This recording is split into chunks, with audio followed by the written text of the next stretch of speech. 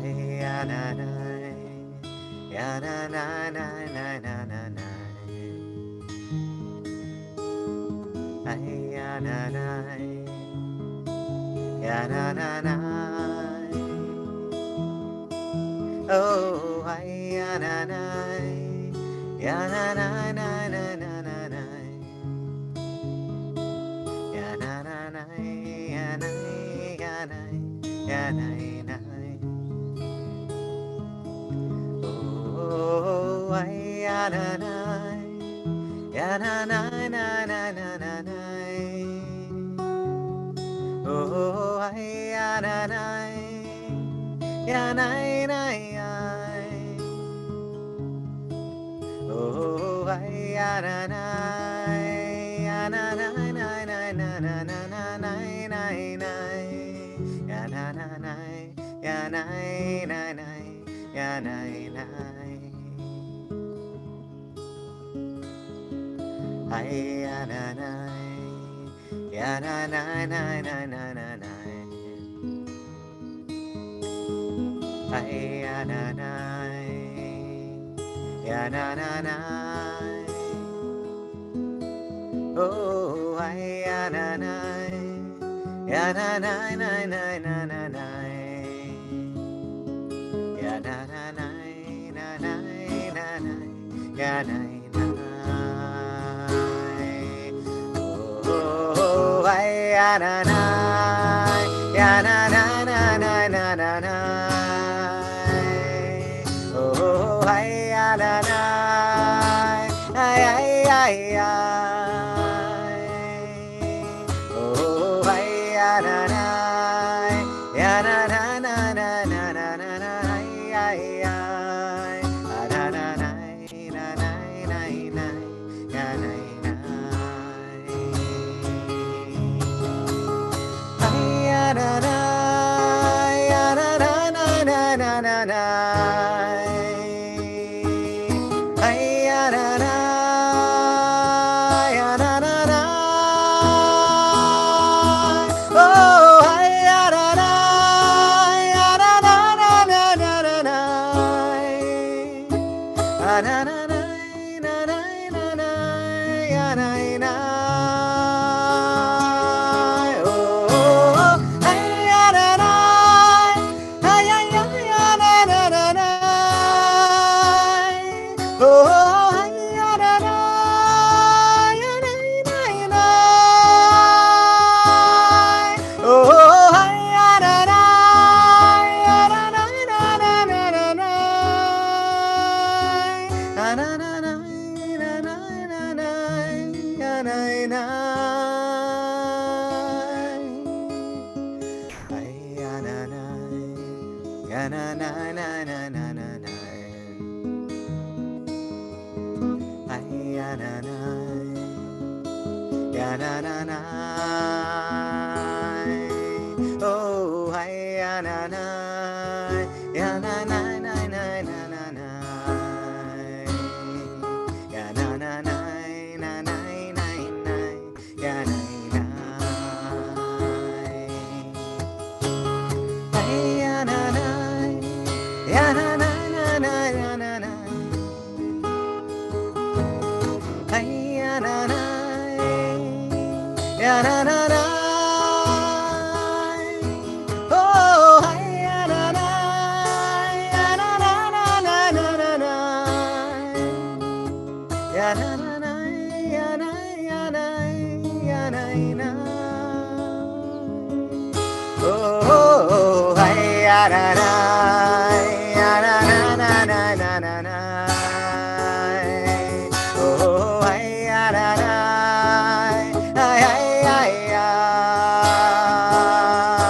Oh, ay ya na na, ya na na na na na na na na na na na. Ya na na na, ya na na na, ya na na. Ay ya na na, ya na na na na na na na. Ay ya na na, ya na na na. Oh, ay ya na na,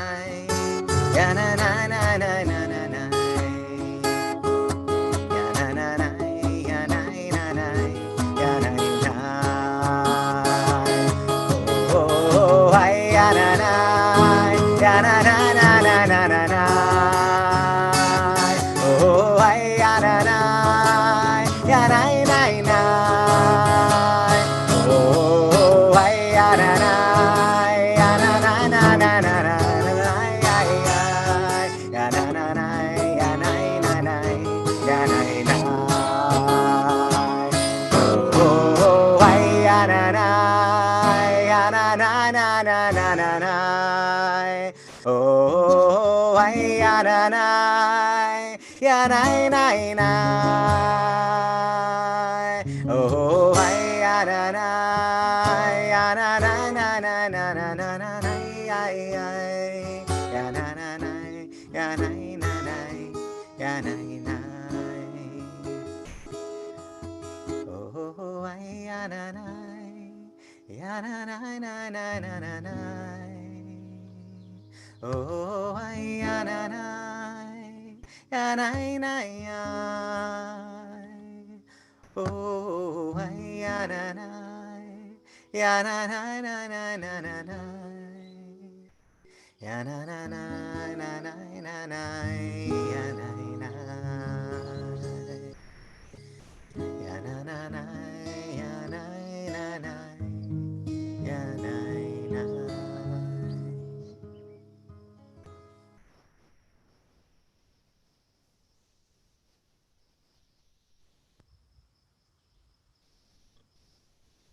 Oh no, sorry, I was muted. Hello, everyone, and welcome to the Earth-Based Shavuot, a collaborative effort of Chazon, Pearlstone, Urban Adamah, and Wilderness Torah. Chazon is the Jewish Lab for Sustainability and works to build a healthier, more sustainable world for all. Isabella Friedman Jewish Retreat Center is the epicenter of the Jaffe movement, the Jewish outdoor food farming and environmental education movement, and the home to the Adamah Fellowship and to Teva. Pearlstone is a year-round Jewish retreat center with sustainable farm and dynamic programming, cultivating and inspiring vibrant Jewish life. Wilderness Torah awakens and celebrates the earth-based traditions of Judaism to nourish the connections between self, community, earth, and spirit. And Urban Adamah is an educational farm community center in Berkeley, California, that integrates the practices of Jewish tradition, mindfulness, sustainable agriculture, and social action to build loving, just, and sustainable communities. I'm really excited to be with all of you here today. All of our organizations are too. All four of our organizations are the forerunners of the Jaffe movement. Again, Jaffe stands for the Jewish Outdoor Food, Farming, and Environmental Education. It's a movement that recognizes how much Jewish tradition has to offer regarding lifestyles that are centered on earth care, people care, and self-care. And if you want to learn more about each of us, you can check out the chat. The links are going to be posted there. Today's Shavuot. Happy Shavuot to everyone. Shavuot is a holiday that celebrates receiving. We're receiving the Torah. We're receiving the wheat for the harvest. And something that I was noticing around Yom Kippur this year is that at the same time that we're shedding our grudges and our debts and our sorrow of the year, the trees are starting to shed their leaves and change colors, and they're bringing back in their important, essential nutrients. Now that Shavuot, we are asking to receive the Torah just as trees are receiving the most sunlight through their leaves, which they have worked to make. On Shavuot, the Jewish people receive the Torah at Sinai. This is also the time of receiving sustenance. The first fruits and grains are being harvested right now. And we offer them up in gratitude to God. Today, we will celebrate together in gratitude with singing, Torah study, and offering our own personal harvest. We have a lot of people gathering us today at the foot of this virtual Sinai. So please say hi in the chat. Let us know where you're calling in from, and feel free to write in something that you feel that you are receiving today. We want to hear from you all throughout this. This is a holy moment that we're going to be spending together. If you can, please turn on your video and be as present as possible. It's okay if you have to make lunch or take care of your children, but we invite you to be here as you are. And we ask that you take some moments of mindfulness together with us. We invite you to share questions or thoughts in the comments for all of our presenters as we go. So our schedule for today is as follows. Itai just started us off with a nigun, and they are going to be teaching us that nigun in just a moment. And then after that, we are going to have a song session with Maddie and Becca of Urban Adama, then a text study with Rabbi Zelig of Wilderness Torah, then the baby goat procession here at Isabella Friedman, then the cheese making workshop at Pearlstone, followed by a Shavuot storytelling, a communal Bikurim at Pearlstone, the first fruit harvest at Pearlstone, and then we're going to close with a participatory poem with Chloe Zelka. I invite you to take a moment to breathe and settle into this base of Sinai and allow the revelations of this moment to come to you, as well as the revelations that will continue to make themselves known throughout this holiday and throughout the rest of this Earth cycle. And now, here to teach the welcome nigun is Itai Gal, a longtime musician and Teva educator. Thank you so much, Neshama. It's good to see your face. Good and to it's see a pleasure yours to be too. here with all of you.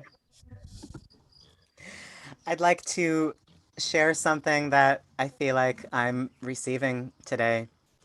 The word for revelation, Gale, has within it the word Gal, which is incidentally my last name, but also means wave. And then, of course, Hey, for the divine.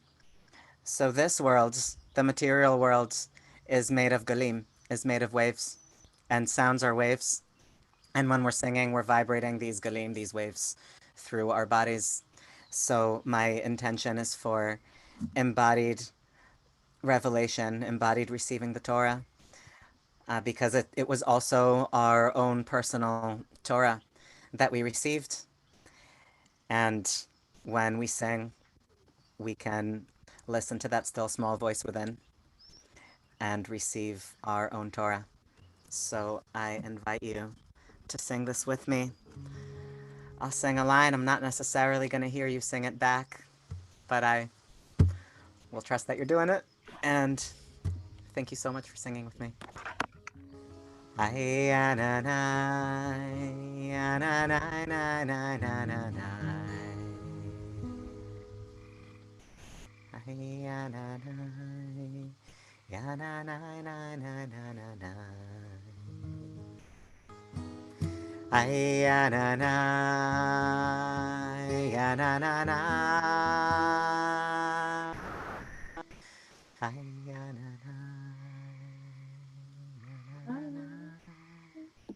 You all sound so beautiful.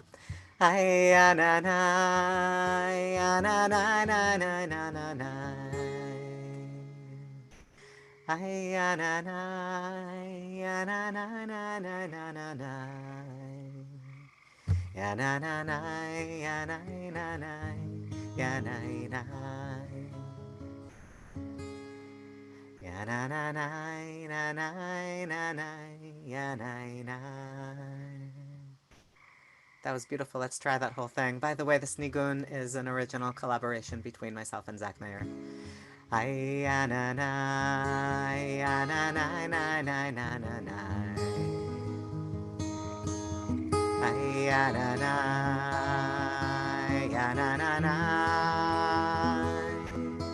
Oh,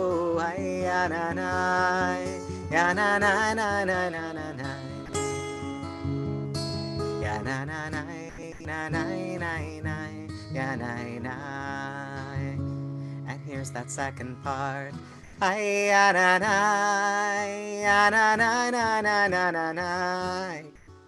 Now you.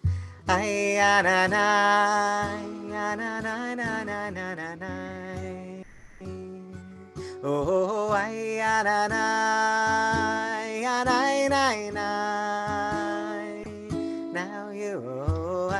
yananai, yanai nai nai. Oh, ay, yananai, yananai na na na na na. You can also add a variation. Yananai na na na na na na na na. Let's hear it. If somebody wants to unmute themselves, that's cool too.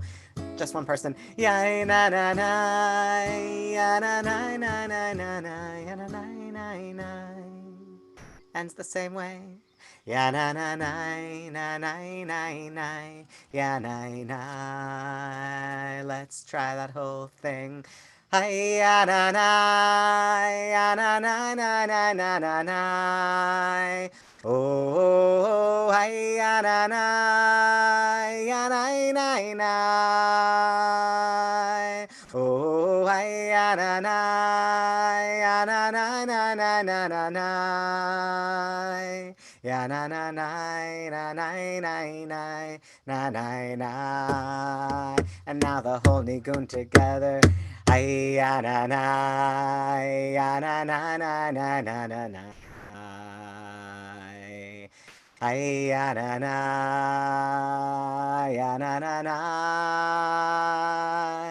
Oh, ay ya na na, ya na na na na na na na.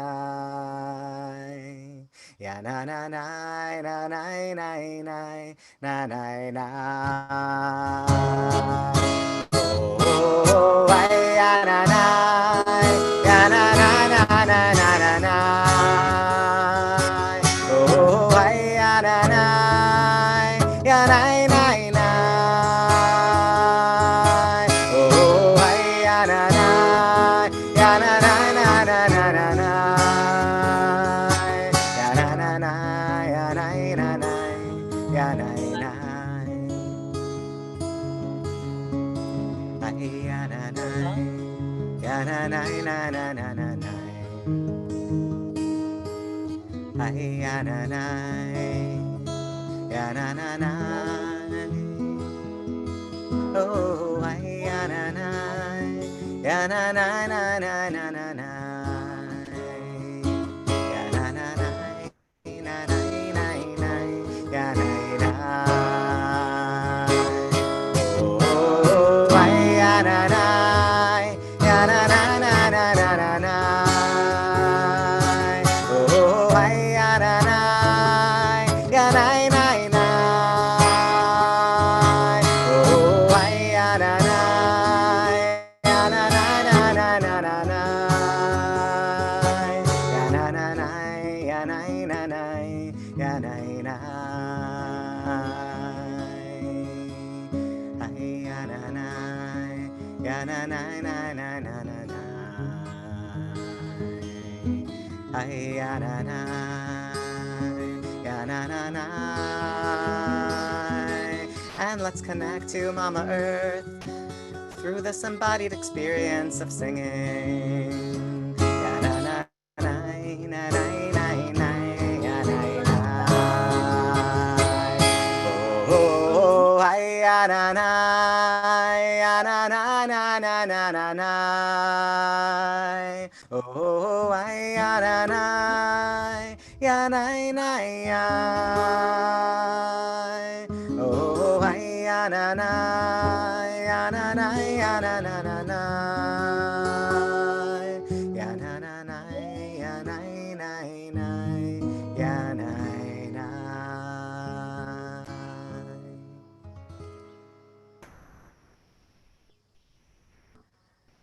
Thank you for being here together.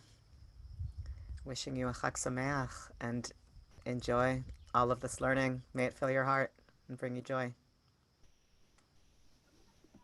Thank you so much, Itai, for that beautiful nigun.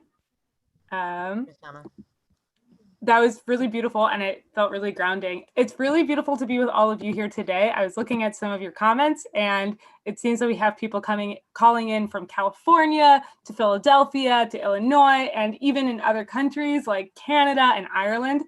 So I just want to welcome everyone. And next we're going to head over to Urban Adama, where Maddie and Becca are going to teach us a song.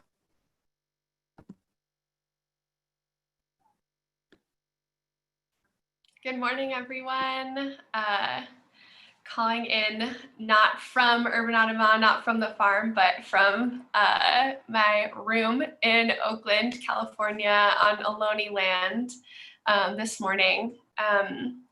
Feels like a really big gift to be with all of you, to see all of these faces. And yeah, really, really grateful for the introduction from Itai, who said a lot of the things that I wanted to say before we sang, but I just want to uplift the fact that singing together is a form of embodied connection. And just like we were all at Sinai to receive Torah, both the written Torah, the oral Torah, our personal Torah, the Torah of the earth, we're all here to like share this embodied experience of revelation that can come through song. So I want to invite you into that experience. And even if you've never heard the song before, I invite you to really try it on, try singing, see how it feels. None of us can hear you. And so you can sing the wrong words, you can sing a wrong note, you can sing a like dissonant harmony, and we'll never know. So I really invite you to like sing with all of everything you can bring. Maddie and I chose this morning a number of songs connected to water for a couple of reasons. The first is that in the Talmud, water is likened to Torah in many ways. And as this is a day of connecting with Torah, receiving Torah, it's also, there's a way in which there's Torah, beyond what's written. And the elements bring us pieces of Torah. So we invite connection with the waters today. And water is also an element that holds grief really strongly. And today's a day where I'll speak for myself. I'm feeling a lot of grief, like deep, deep, deep grief around the recent murder of George Floyd and Ahmaud Arbery and Breonna Taylor, all Black folks who were murdered. And I want to uplift their names. May their memories be a blessing, and to dedicate this singing and connection with the loss that we're collectively experiencing right now. It's a moment of collective revelation that enough is enough, that we're done with violence and loss, and invite you to feel that grief, to sit with that grief. And we'll also have a chance with our last song to move into visions of hope and of future. The first song that we'll sing is called Open Ocean by Eli Marienthal. And I'm not going to teach it line by line. It's 2 parts. It's pretty short, and I invite you just to jump in as you get comfortable with it.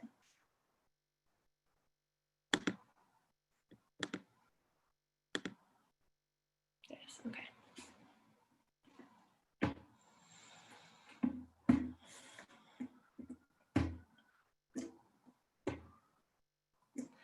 Open the ocean wide in us. Open the ocean wide. Take all the pain inside of us. Take all the pain inside. Open the ocean wide in the ocean wide. Take all the pain inside of us. Take all the pain inside. Open the ocean wide in us.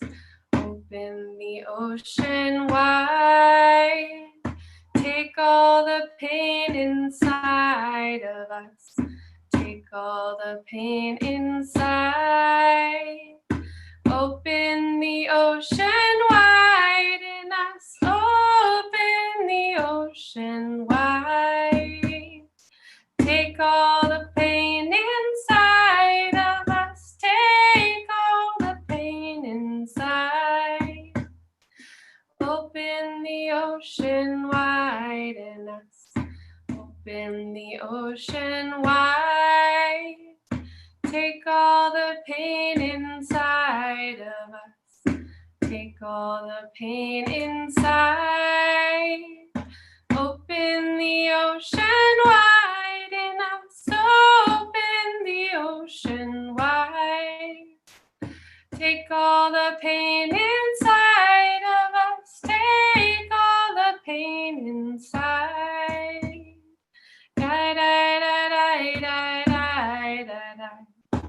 Da da da da da da. Da da da da da da da. Da da da da da.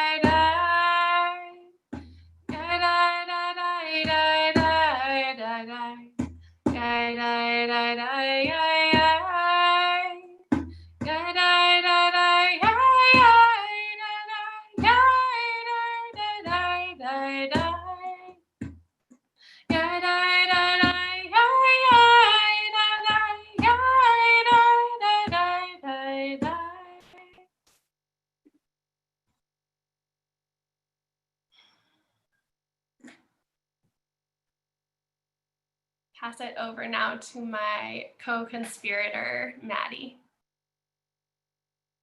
Thank you, Becca, for leading us and making that connection between water, receiving, and this being a time of revelation, and also a deep time of pain and sorrow for our country and for specifically the Black and Brown communities. So I want to center in what does it mean for this to be a day of learning for ourselves, and also a day of learning of how to be in solidarity with other people. And so now we're going to sing a song called Tomorrow by Minor. And there's 2 parts, and you can choose which part to sing. And similarly to Becca, I'll sing it. And then when you feel comfortable to join in, and you're muted, so feel free to practice with the harmonies and to play with the different parts. So it goes. There will be better days, there will be better days, there will be better days, there will be better days. Let the waves wash over me. Let the waves wash over me. I am already under. Let the waves wash over me. Let the waves wash over me. Let the waves wash over me. I am already under. Let the waves wash over me. Let the waves wash over me. Let the waves wash over me. I am already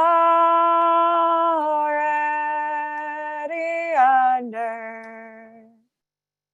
Let the waves wash over me. There will be better days.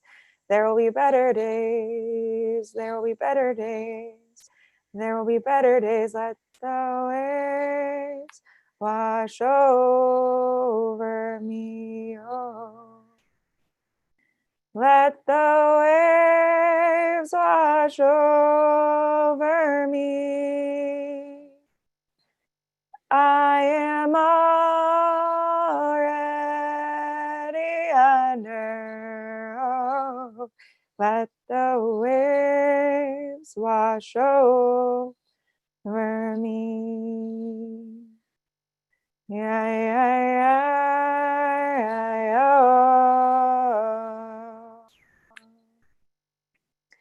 Yeah, yeah, yeah, yeah, yeah. Yeah, yeah, yeah, yeah, yeah. Yeah,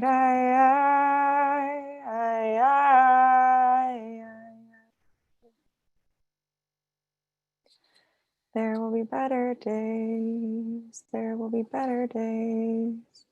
There will be better days. There will be better days.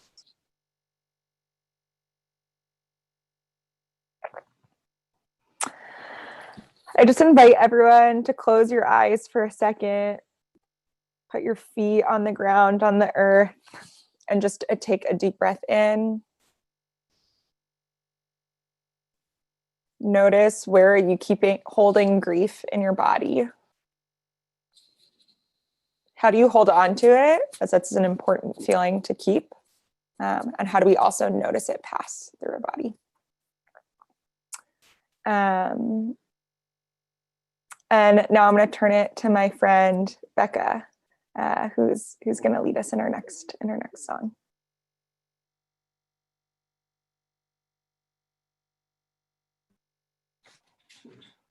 Thank you, Maddie. We've got one more for you. This one is called We Shall Be Known by my muse. And the song keeps my eyes tuned towards the future, towards what's possible. And it's a deep reminder that even though I'm not physically in like community space, community connection with other folks, I'm still building with other people, that I'm still showing up to be in relationship with friends and organizers and coworkers and community, and that the way that we choose to connect with each other in this time of distance and potential disconnection will tell a whole lot about what is possible when we move into the time beyond COVID, and will help us dream into a time beyond violence, beyond white supremacy. So that's the intention that I bring into this song. It's got a lot of words, and I think we can do it. It's one of my favorites. Again, I'm not going to teach it. I'm going to start singing. I'll try and keep it slow the first time through so you can let it sink in, and invite you to sing along, to join me.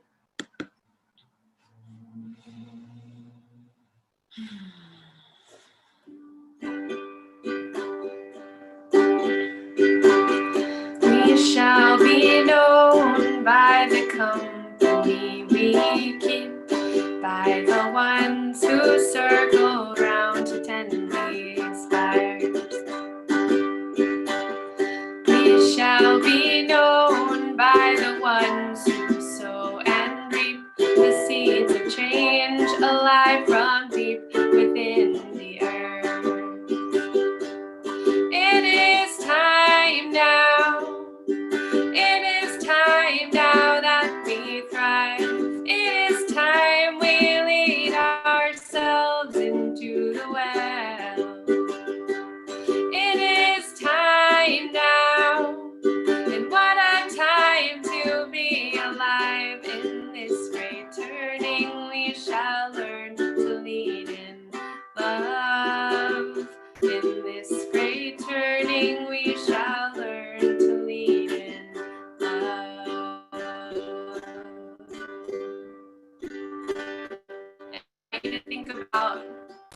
what is it to thrive?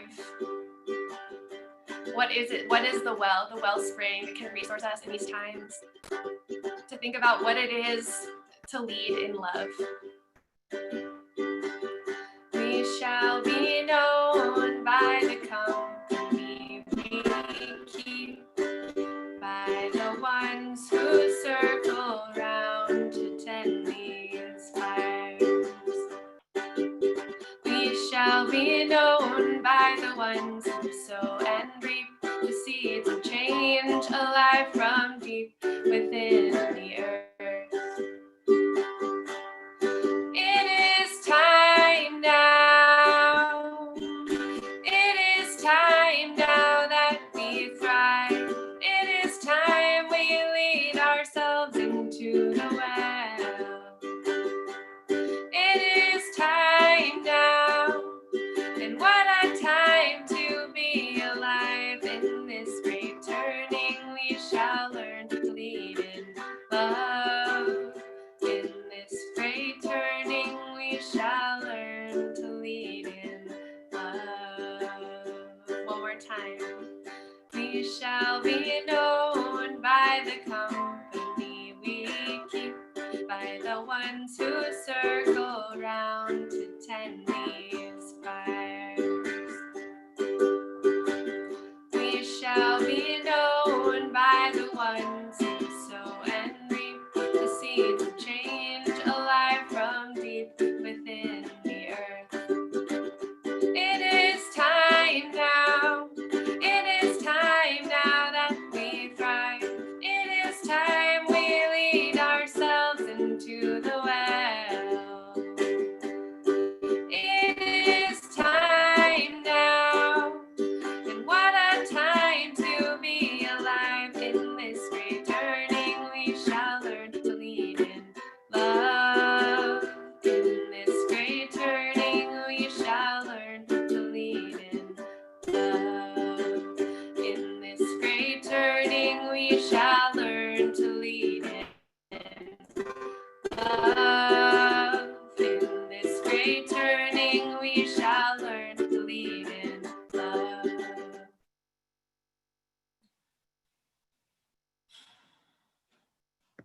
Chag Sameach. Thank you all so much for singing with us.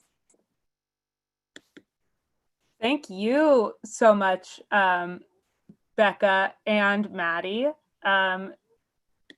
It's really nice to be able to sing with the understanding that sometimes revelation is uncomfortable, and with all the hurt that's going on in this world, and be able to like come together with that music. So thank you both so much for sharing that. And if you want to learn more about Urban Adama, they will put some links in the chat. Our next speaker is Rabbi Zelig of Wilderness Torah, who will be teaching about Shavuot itself as a holiday and the various relationships to wilderness, agriculture, Torah, and how we could celebrate all of these as a Jaffe movement.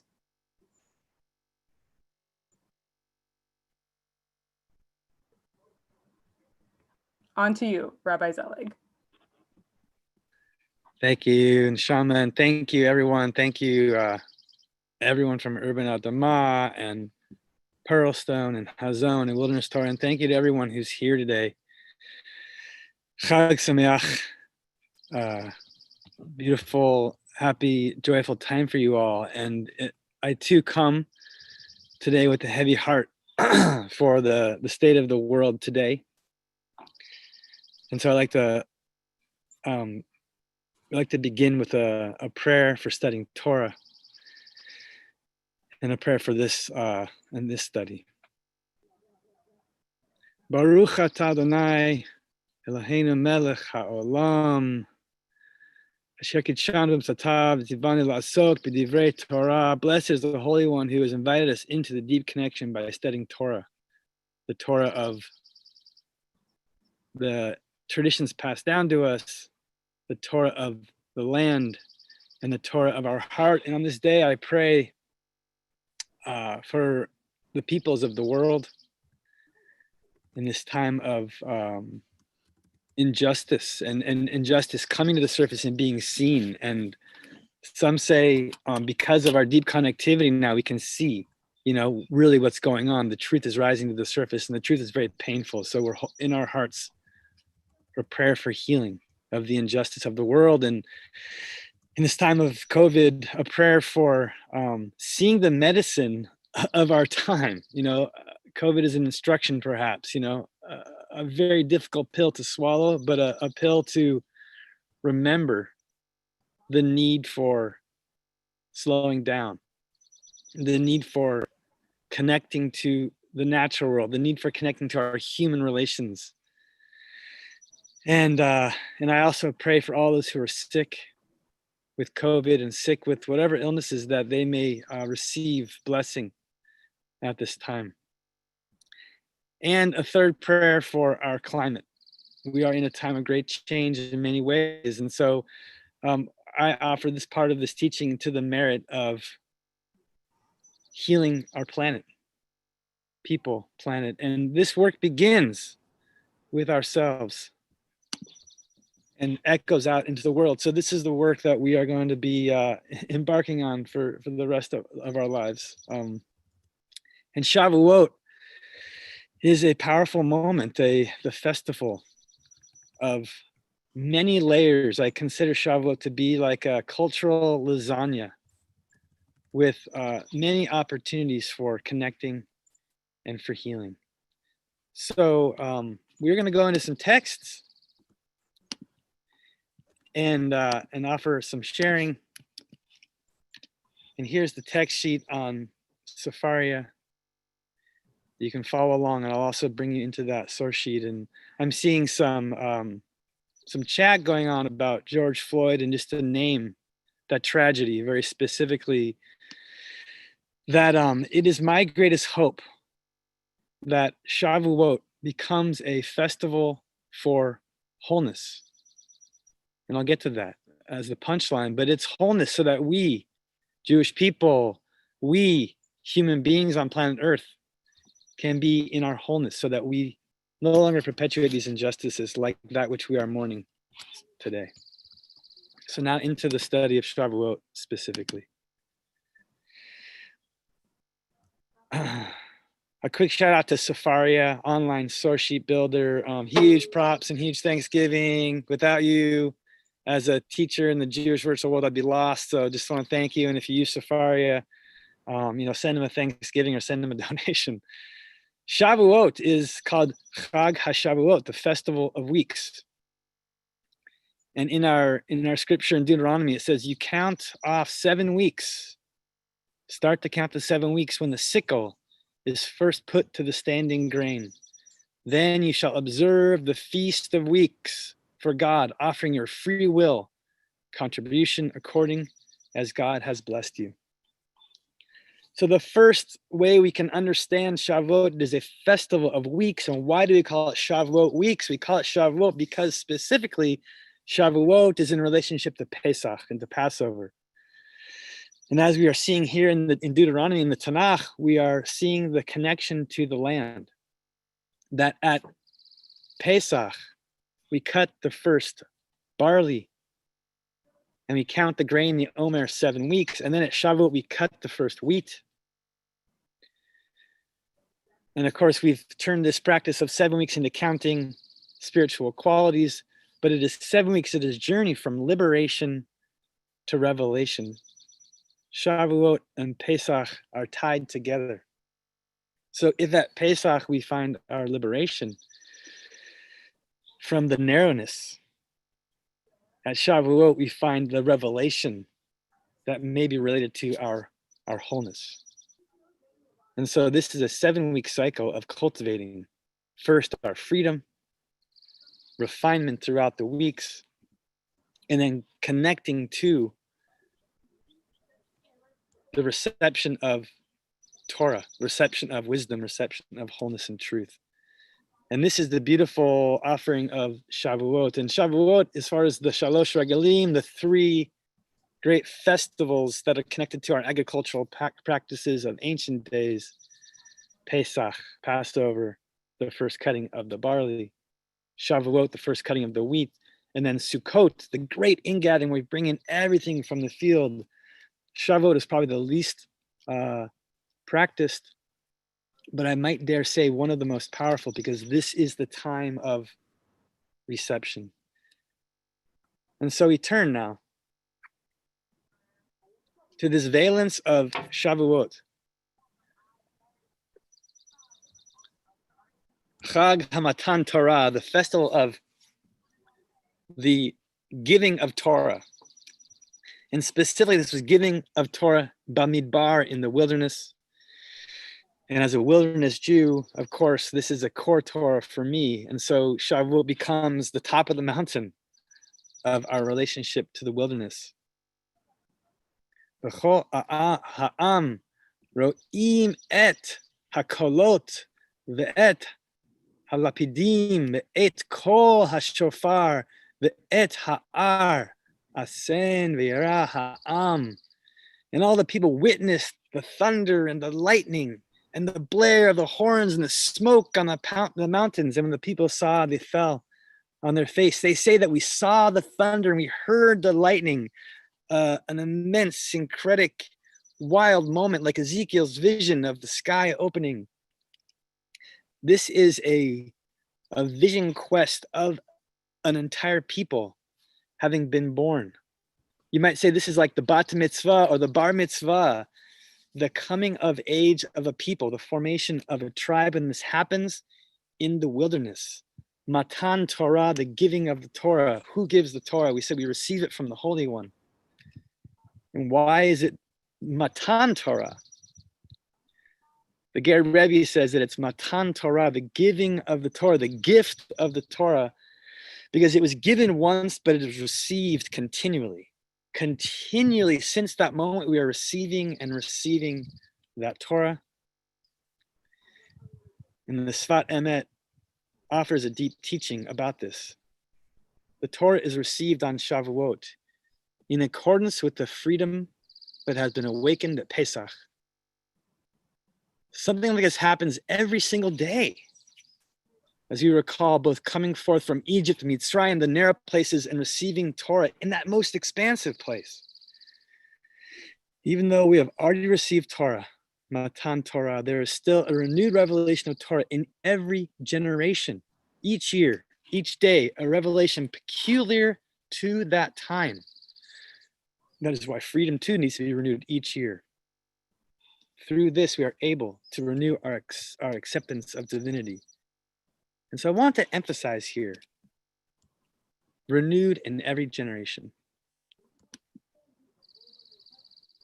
So take a pause and reflect on this Matan Torah, the gift of Torah in every generation. If you don't mind, go inside for a moment.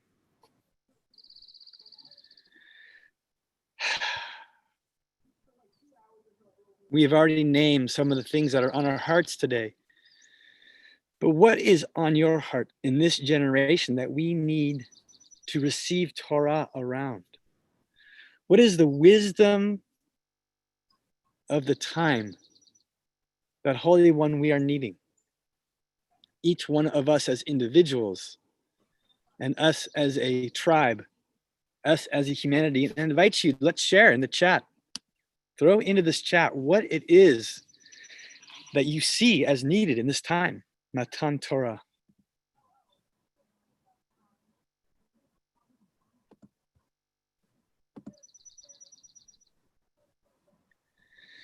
Becca Bloom says listening.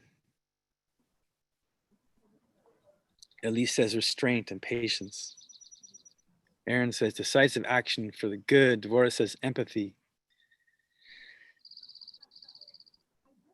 Emma says awakening. And he says we need to stop parsing words and admit and see the reality we are living in. Education reform from Jenny. Earth-based, compassion-based. Margot says wisdom for the earth. Julien, treat all people with dignity and respect.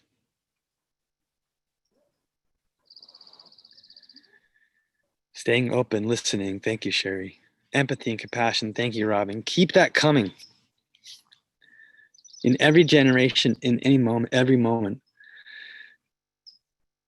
And I want to go back to Amy's words, very sharp words. We need to stop parsing words and admit and see the reality we are living in. And I want to say amen to that. This time is not a time like any other. It is our time, and we are faced with great challenges and great opportunities. So I bless us that Shavuot becomes a time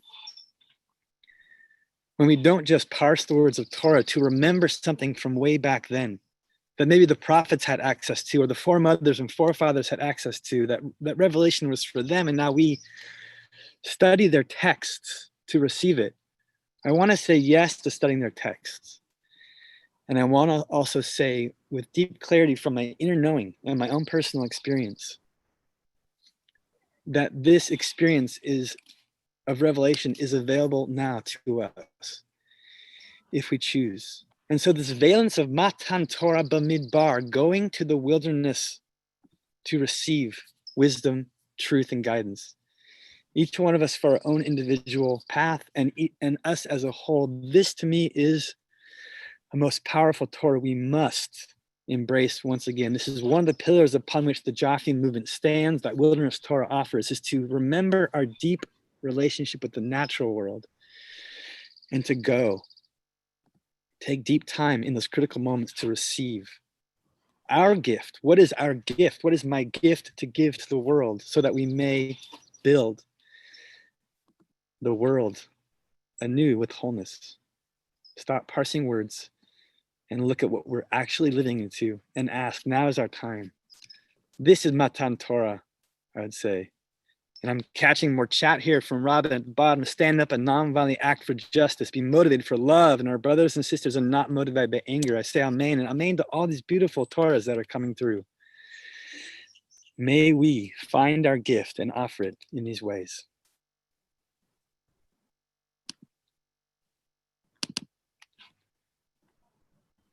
Now, the second valence or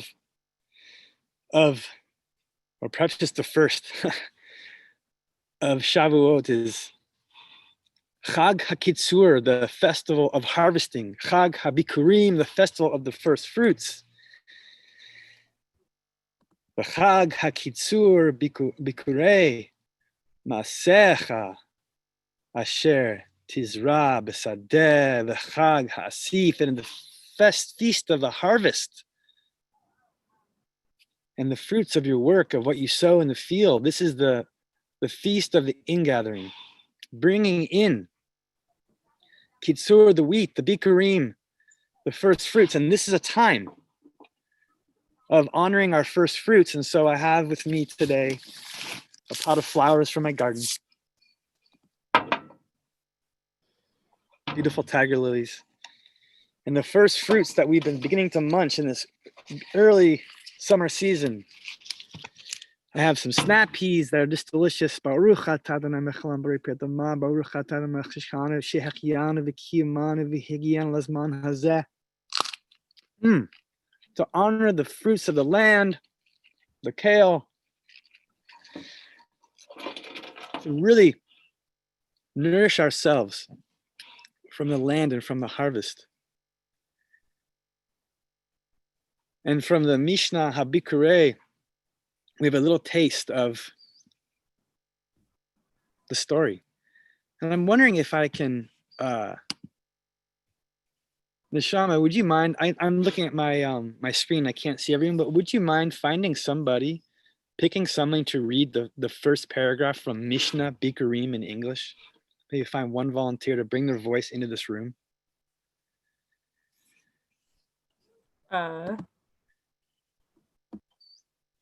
Sure. Sorry, can you repeat the ask? Just to bring one person into the room to read from Mishnah Bikurim on the screen, the first paragraph in this source sheet that I'm sharing. Sure, I can do that. That'd be awesome. Thank you. If you'd like to volunteer, I think you can raise your hand or send a reaction. Give me one moment. Anybody? Hannah C. Would you like to read?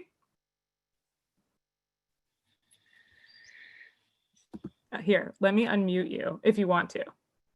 I can do that. Look at that. 1 second. Thank you. Hannah. Cool. Oh, great. You're unmuted. Would you like to read? Thank you. Sure. Thank you. Those who live near oh, you covered it over with something. The writing is My apologies. That's okay. We're back. Those who lived near Jerusalem would bring fresh figs and grapes, while those who lived far away would bring dried figs and raisins. An ox would go in front of them, his horns be decked with gold and with an olive crown on his head. The flute would play before them until they would draw close to Jerusalem. When they drew close to Jerusalem, they would send messengers in advance, and they would adorn their bikurim. The governors and chiefs and treasurers of the temple would go out to greet them, and according to the rank of the entrance, they would go forth. All the skilled artisans of Jerusalem would stand up before them and greet them, saying, "Our brothers, men of such and such a place, we welcome you in peace." The flute would play before them until they reached the Temple Mount. When they reached the Temple Mount, even King Agrippas would take the basket and place it on his shoulder and walk as far as the temple court. When he got to the temple court, the Levites would sing the song, "I will extol you, O Lord, for you have raised me up, and you have not let mine enemies rejoice over me." Thank you so much for reading that. It's great to bring in other voices. And so here is a taste of the way that we lived back in the time of our, let's say, indigenous relationship to a land.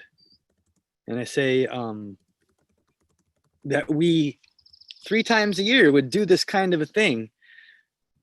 In Pesach, the first barley, and Shavuot, the first wheat, and the figs, and these early fruits, and then in Sukkot, the great harvest. And people from all across the land would gather in their harvest, fill their carts, adorn themselves in their carts and their animals, and they would come in to gather with the people. And music would play, and they would celebrate. And there was a deep connection to our land, to our food, and to that sacred fire where these first fruits would be offered. And so this is the second piece of Shavuot. The second layer of lasagna, if you will, is to connect with our earth-based and agricultural roots. And I give thanks and props to Urban Adamah and Hazon and Pearlstone and the many other Jewish educational farms and the many farmers out there who are doing this work of re-educating us on how to connect with the land through our ancient Jewish tradition. So the Bikurim.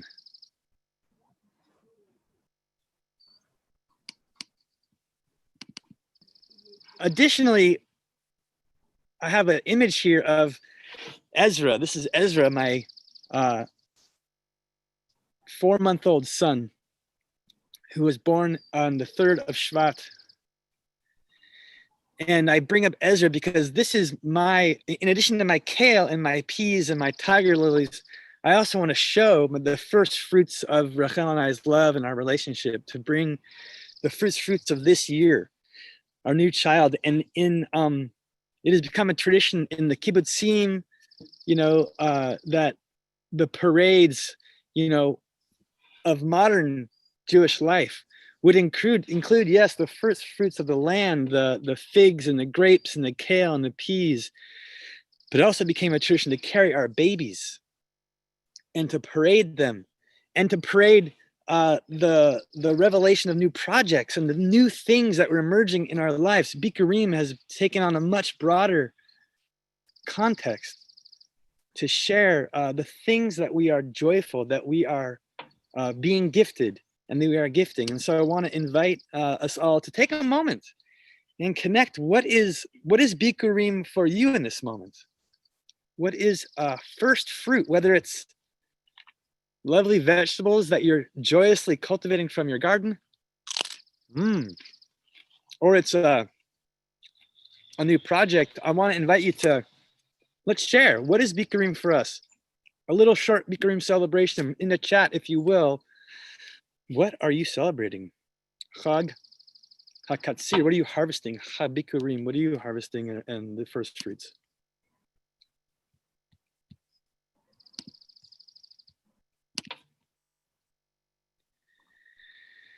All right. Veggie garden and watercolors. Thank you, Aaron Kahns. Renewed musical presence. Wonderful. College students graduating, going out of the world. Amen. Launching our beloveds into the world. What a powerful Bikurim. The breath. Renewed breath. Dandelions and dock. Yeah, connecting with the wild edibles of our land. Amen. Learning how to garden veggies for the first time. Amen. Tit Chadesh may be renewed. Connection to Torah. May this be a Bikurim for us, the renewed relationship with Torah. Art and sons. Oh, and a big harvest of cauliflower, garlic, peas, kale, eggs. Bak, bak. Chickens. Thank you for the chickens that provide the eggs. Yes. A new bicycle. Tit Chadesh Ben, Super Ben. And flowers, and oh, this is beautiful. Just a wave of Bikurim. So to honor the Bikurim, and I also would add to this, the Bikurim of the first fruits of our hearts, the painful realizations that we are having in this time due to COVID, due to racism we're witnessing in the streets of Minneapolis, and the wave of rage that is coming forth, And then back to the strawberries, blueberries, raspberries, mulberries, and plums, the whole spectrum. Absolutely. Practicing piano, David Schiller, thank you. So this, my friends, is an important thing to share the Bikurim of our lives. Another grandson, Ezra. Woohoo! Welcome to the world, Ezra. Amazing.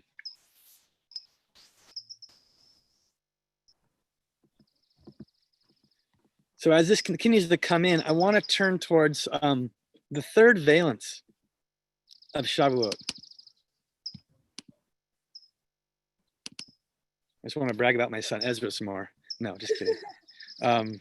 I want to go to a name that I received last night for Shavuot. I think that Shavuot is a deep lasagna, as I said. And as the Sfada invited us to understand that in every generation, the Torah of our lives of revelation is to be renewed. And I prayed by a fire last night, as I do when I'm seeking some new wisdom. And the name Chag HaShlemut came. May, from my perspective, that Shavuot may become a time of wholeness. So much of what we're saying in the chat, I'm seeing both the prayers, and the Bikurim, it's about returning to wholeness. That's what Jaffe is about. It's not just about a relationship to the land, but it's like the music I've been hearing today. So beautiful. It's about pouring our hearts out. It's about connecting to our ancestry. And Shavuot, I believe, is Chag HaShlemut because of the rabbinic practice of counting the Sfirat HaOmer. It's a beautiful map, a roadmap, that when we begin the journey on the second night of Pesach, and then count 49 days, 7 weeks, permeating the 7 lower Sfirot: Chesed, loving kindness; Gevura, strength and boundaries; Tiferet, balance and beauty; Netzach, endurance; Hod, receptivity and gratitude and splendor; Yesod, the power of creativity and roots; and then Malchut, the full kingdom, manifestation, the fullness. Now we count these 7 weeks to the rabbis, the mystics, gave us this practice we've been now practicing for 5 centuries to, yes, metaphorize and yes, parse words, but to take our land-based tradition and our wilderness-based tradition and make it a medicine of becoming whole human beings, looking at how we love, looking at how we build boundaries, looking at how we balance those, looking at how we have endurance to persevere in the face of challenges, looking at how we're receptive to feedback and change, looking at how we root ourselves in the world and how we create in the world, and looking at how we manifest in the world. And so I want to invoke this Chag HaShleimut, that Shavuot, to become a festival of celebrating the wholeness that we cultivate. I pray so much for wholeness in each of us as individuals. And I want to offer a very short roadmap of what I am seeing for what Chag HaShleimut might be about. There's three areas that I've tuned into, and I think it's vast. And in fact, before we go in, before I share these my ideas, I'd love to go back to the chat one more time and say, if you were to celebrate Shavuot, Chag HaShavuot, as Chag HaShleimut, what would be the core ingredients of your celebration? Like what aspects of being a human being would you put into the soup of Chag HaShleimut? What would you be calling for wholeness in our generation? Let us share. What is our generation? You know, what would be wholeness? And it may be similar to what we said before, but I want to see like what's the recipe for Chag HaShleimut? And we see loving ourselves. Thank you, Kohenet Shamira. Woo, woo. Deep silence. Amen. Holding paradox. Understanding and nodding difference. Amen. Open-hearted acceptance.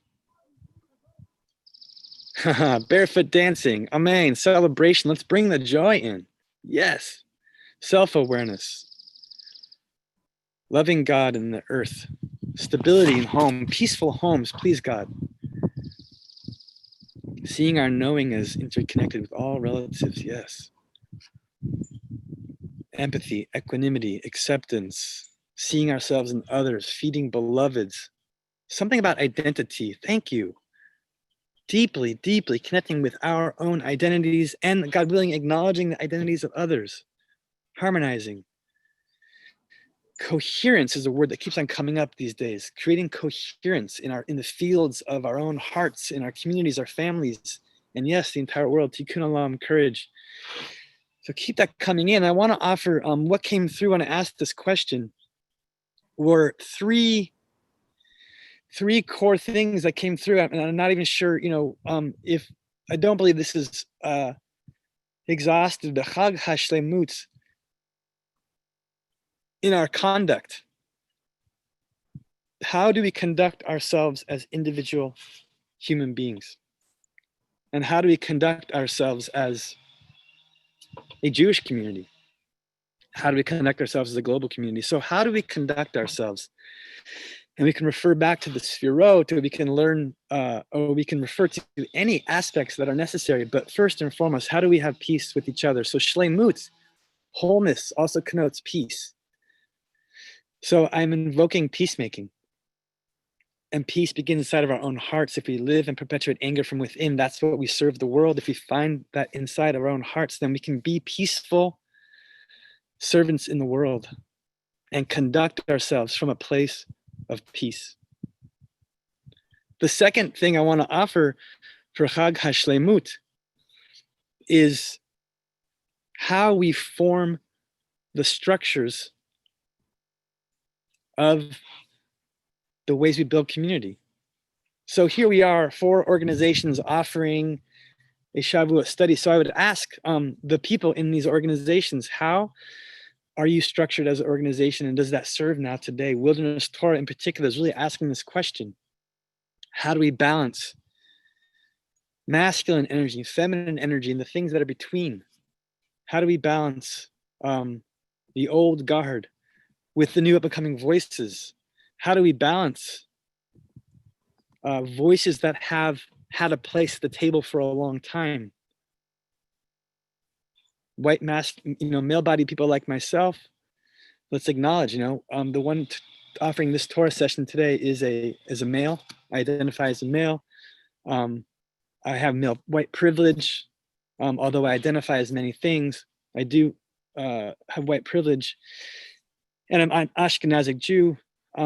So how do we center the marginalized voices? Something that is challenging and something that I deeply believe we have to do, and I'm learning from many people around me. So then how do we structure our work together so that it supports finding a way to wholeness?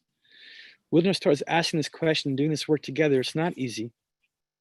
It's especially not easy for me. But I want to invoke this Shavuot, that Chag HaShlemut for me is helping to find structures that truly support the movement towards Shlemut.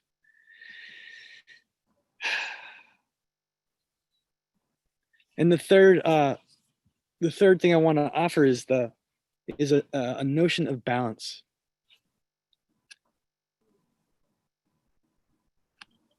In Chag HaShlemut, I want to invite balance between the different energies. And the Sefirot teaches us we go from left to right to center and left to right to center.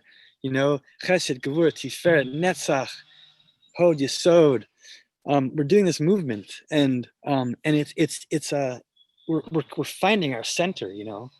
And so may we find the pillar of centeredness in ourselves. May we find the pillar of centeredness in the missions of our organizations and our families. And we balance the energy of grief with joy. May we grieve deeply, and may we invoke joy deeply, dance on the earth. This is the prayer of Chag HaShlemut, a festival of wholeness. And so to encapsulate this, I want to say one more piece that in this generation, I deeply believe, as the Sfat Emet teaches us, the Torah of our generation is integration, coherence. So my prayer for the Jaffe movement as a medicine for the Jewish community and the broader community. And I'm speaking to our organizational leaders right now, as well as everyone who participates, that may we integrate all of these aspects. May we go to the wilderness for Matan Torah, not just on Shavuot. No, it's not. We have to do it on Shavuot.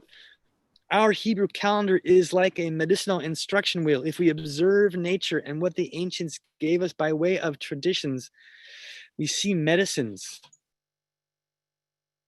that we have available to us. Pesach is about liberation and freeing of ourselves from that which holds us back. Well, Shavuot is about receiving instructions for our life and coming to wholeness. So I pray that each of us in the critical moments goes to the wilderness for deep nature connection time. That each of us builds that relationship on an ongoing basis so that when we need that transformation, we need the instructions for our life next, we are ready to go. And go for 3 days, 4 days, a week, and really open ourselves, because this time, like no other, requires people who are clear and whole and know their gifts and know how to serve them. So Matan Torah.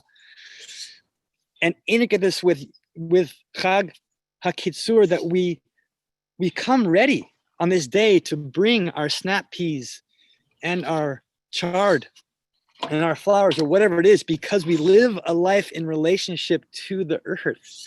That 365 days a year, we are composting, we're hands in the soil, we are cultivating our plants, so that when it comes to Bikurim, we can proudly wave, our first wheat and cut and make 2 loaves and offer them, to the community, so that we have our relationship with the earth intact. I pray that the Jaffe movement may teach us to this return. And then that we may do the spiritual refinement work, the grief work, the deep silence work. All these things have been coming through the chat, Whatever we need to be whole, and we do that spiritual work so we can meet each other and stand shoulder to shoulder together in the work of justice. And so I want to offer a closing blessing. I want to invite us all to close our eyes if you're comfortable. And even if you're cooking in the kitchen or whatever you're doing, maybe take a moment and pause. Just as the Pesach Haggadah teaches us that in every generation we are to act as if we are going free from Egypt, from Mitzrayim, from the narrow places. Because it's teaching us to train ourselves to know that this is a medicine, moving from narrowness to expansiveness.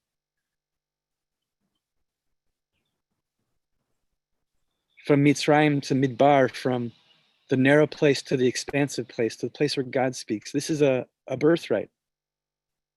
So too, Chag HaShavuot is a time for us to open ourselves and receive. So imagine yourself standing on the mountain. In every generation, we are told that we too were there at Sinai, like we are now. So imagine yourself standing on the mountain, the thunder, you're seeing the thunder and you're hearing the lightning, and it's really wild, and the portal is opened. From this mountaintop, you can see 360 degrees. What do you see, my friends?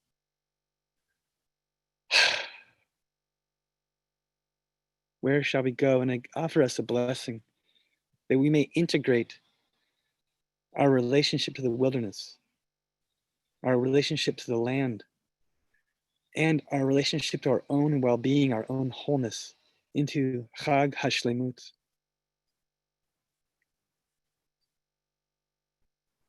And that may we each as individuals, as families, as communities, do the deep work of healing and justice,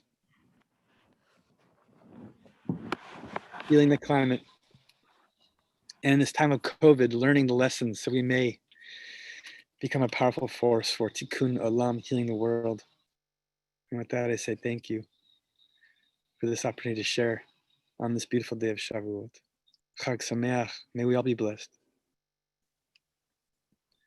Oh, and Devorah Caspi says to hear the small, still voice. So yes, may we all hear that small, still voice and then come back and share what we heard.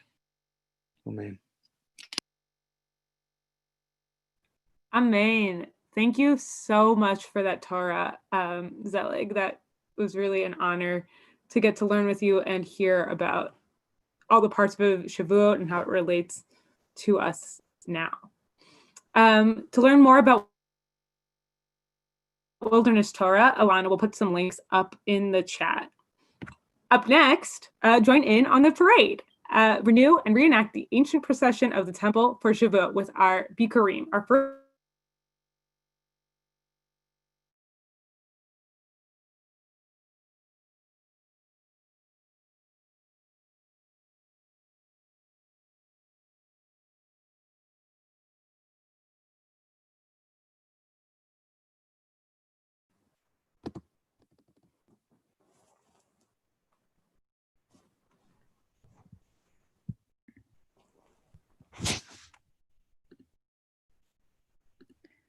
Hey everyone, it seems like we had a little bit of technical difficulties, so thank you all for being here, and now we will be welcoming in our Bikurim Goat Parade with Adamah Farm and Teva, and we're very excited to have them here with us today, Ariel, Shamu, and the crew. We're very excited.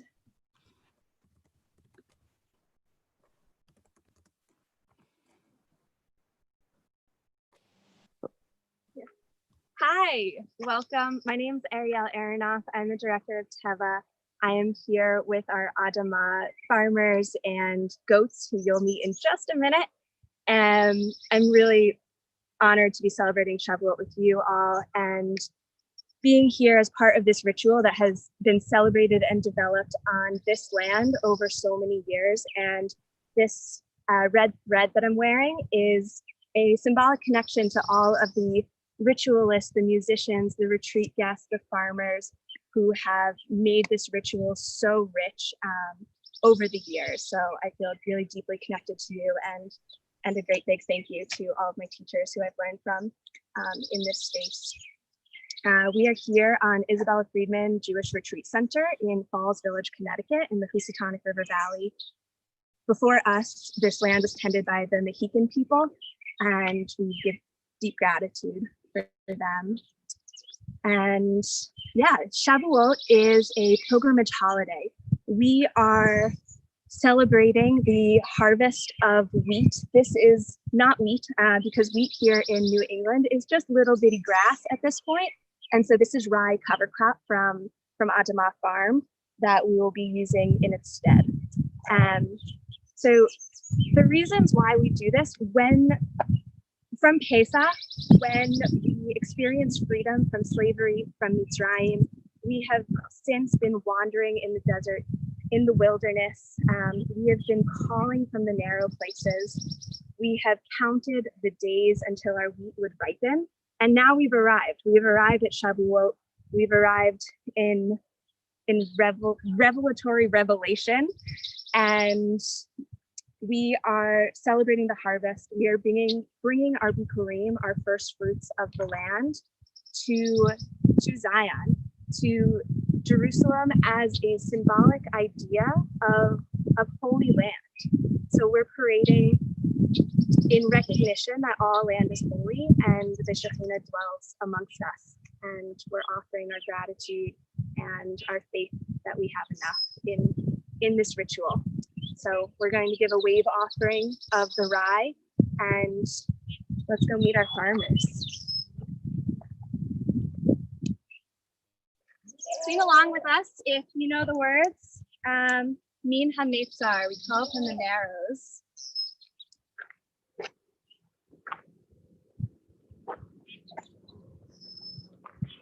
Min HaMetzar, Karatia.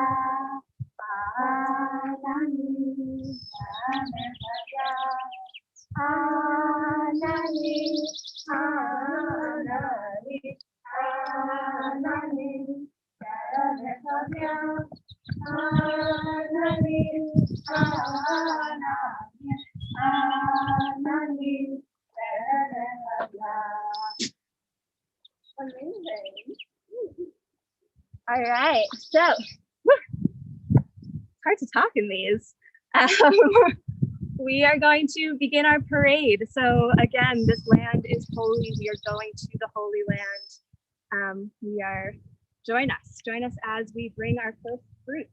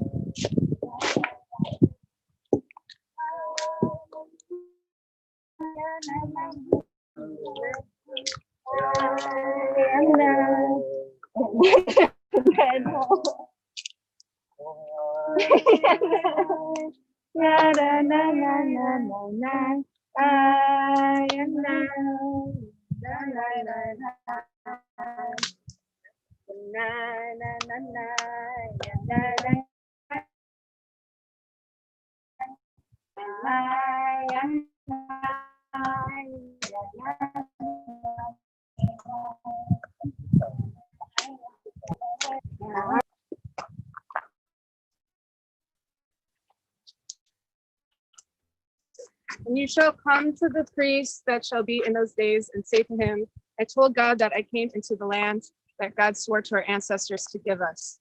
By this statement, the bearer of the Bikurim affirmed that God had kept the promise to the patriarchs that their children would be brought back to the Holy Land. After the presentation of the basket to the priest, the bearer of Bikurim recited as follows.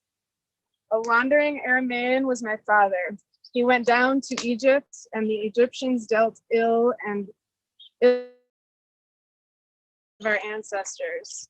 And God heard our voices, and God brought us out of Egypt with a mighty hand and with signs and wonders.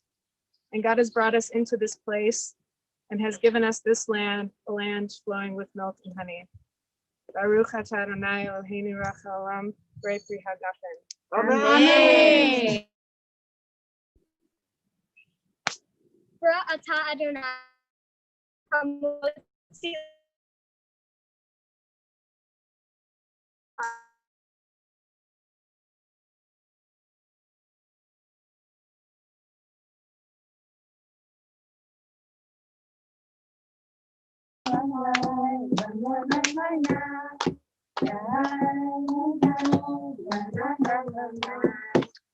Thank you all so much for joining us.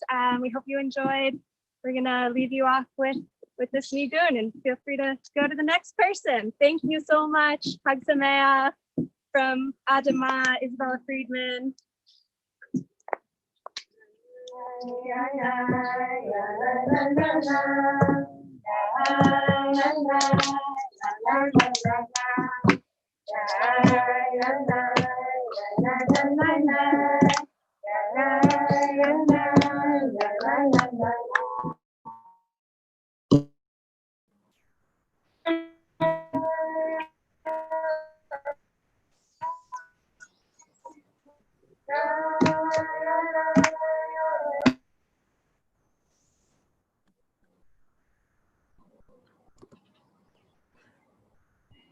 Thank you so much, all of the crew at Isabella Friedman. Those baby goats are so cute. Thank you to the goats, and thank you to everyone else who is participating.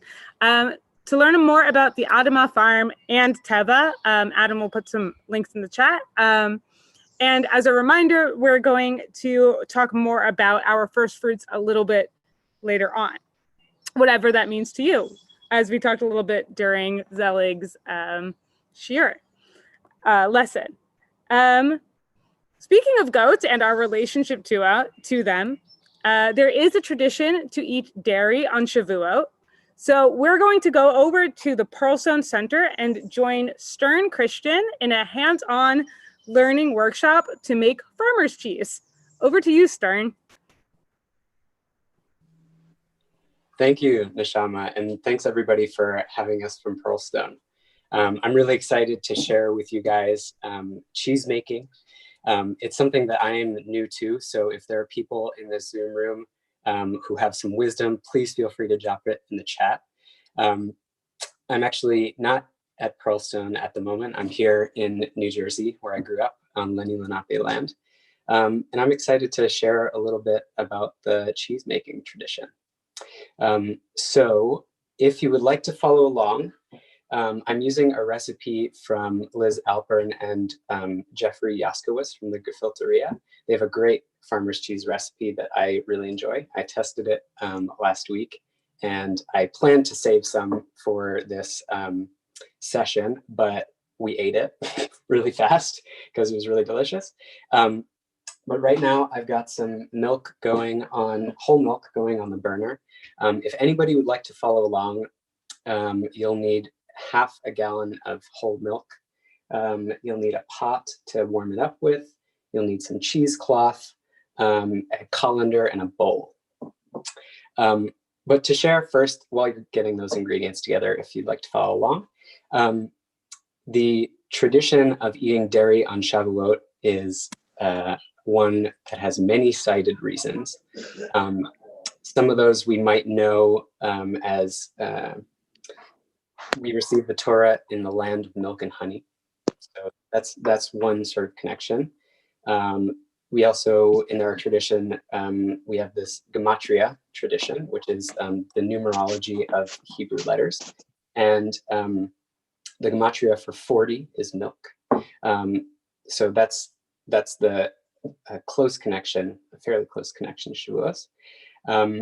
But in the earth-based tradition, it's a Jewish tradition, it's a really simple reason, namely that at Pesach, we birth the goats, and over the period of the Omer, the goats are drinking from their mother's milk. And around this time of Shavuot is the time when mothers start to get annoyed with their children for continuing to drink their milk. You'll see them start to push their children away, the kids, to push them into the pasture to start feeding on grasses and other fruits like leaves and branches and stuff like that. So this is the time of weaning, for goats and sheep. So that I see as just a simple primary reason. There's so much more than that. Just this week, I learned from somebody named Elia Fleischer of the Tribe Herald, which is a new publication in New York City started by Jews of color as an alternative to publications like The Forward. And in this, Elia wrote that milk has one of the soul nurturing properties of the Torah. It sort of represents that. And this is coming from a feminist perspective. Elia wrote, as mothers give milk to sustain newborn babies, Hashem gave us a new nation, the Torah, to nourish and sustain our souls. Some of us may find that they need it as we grow older, but some realize that they need it more. Some of us may find that they need it less as we grow older, but some realize that they may need it more. It gives us strength when we are weak and hope when we feel alone. for its availability and abundance assures that we will become strong and that we are indeed not lone warriors. And that felt particularly resonant for me in this time where we really do need comfort as much as we need discomfort. And so for this Shavuot, I hope that we can all live in sort of that, in that dichotomy with grace and also with joy and with action. So now for cheese making. I'll show you what I've got going on. I've got my pot on the stove. I use whole milk because it's got plenty of fat necessary for cheese making. And I've also got a finished batch here. Oops, some parsley fell into the way. But so in cheese making, there are two products that you actually are making. So you're making the cheese itself that is separated from the whole milk into curds by using vinegar. And then you have a byproduct called whey. All this week, I've had a ton of whey that I've been trying to figure out how to use. And there's a lot of ways in which you can do that. One of them is to, I tried it as a shampoo the other day and as a face wash. And it actually made my skin really smooth, which is shocking. You can also use whey. This is, since we're using vinegar to pull apart the curds from the milk, this will create something called an acid whey, which is different from sweet whey. If you had a sweet whey, you could make ricotta. You could use the whey in smoothies and stuff like that. But this acid whey is a little bit more challenging to use. But I took it as a challenge. And I think what I'm going to do with this leftover whey is this, this batch of this milk that I used had a cap of cream on top, since it was a grass-fed milk product. And so I think if I leave the whey overnight to chill, the cream will rise to the top and I'll be able to make butter tomorrow. And I'm also hoping to use this cheese to make blintzes this weekend. Robin comments, you can use lemon juice also. Yes, that's totally true. That's really good for sweet preparations. I haven't tried that because the recipe that I'm using from the Gefilte Manifesto calls for distilled vinegar. And I wasn't sure of how that ratio might change.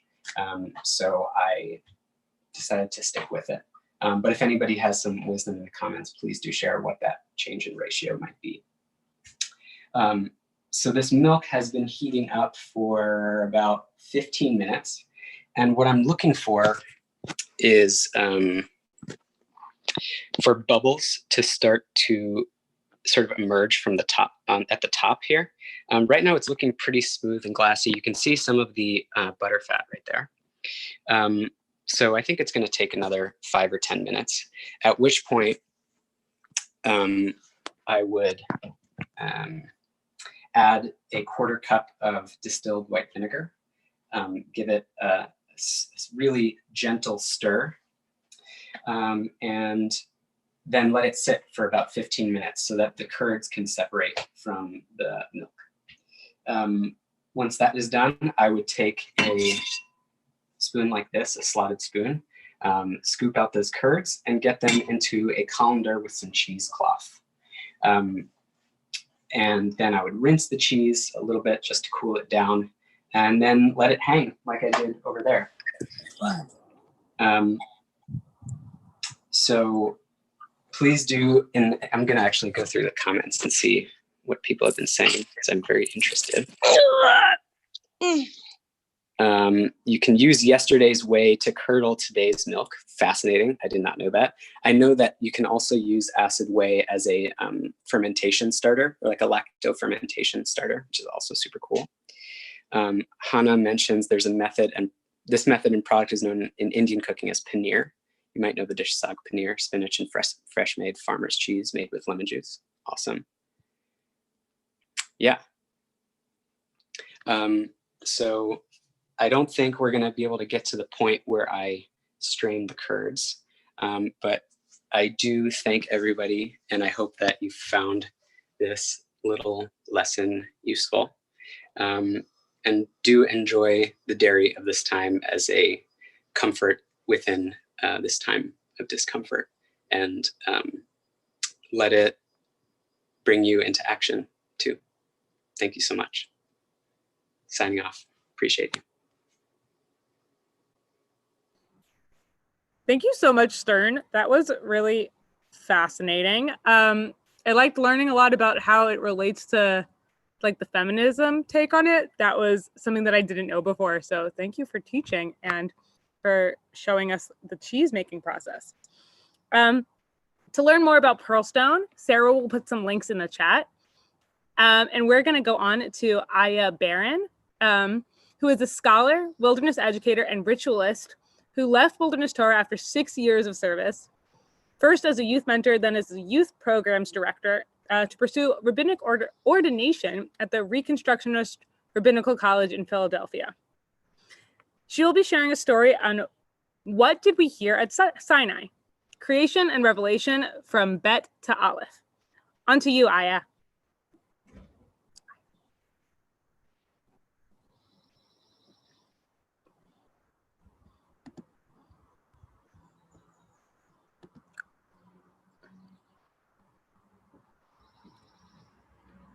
On to you, Aya. Is Aya on?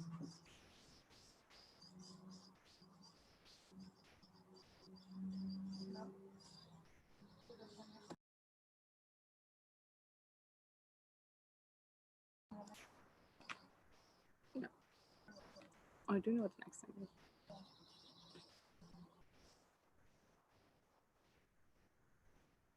Okay, well, it seems like Aya doesn't appear to be here. So if she joins on a little later, we will go back to her. But I'm going to pass it on to the second part of our communal bikurim, our first fruit and harvest offering over at Pearlstone. So I will be joining us in a moment. Oh. And it looks like there are some folks who had questions in the chat for around cheese making, around how long do you hang the curds for. So if anybody would like to respond to some of those questions in the chat, I will be joining us very shortly.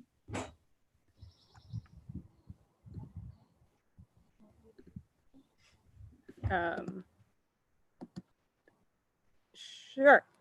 Yeah, we could pass it back to Stern so that he could answer some of these questions. One of the questions is,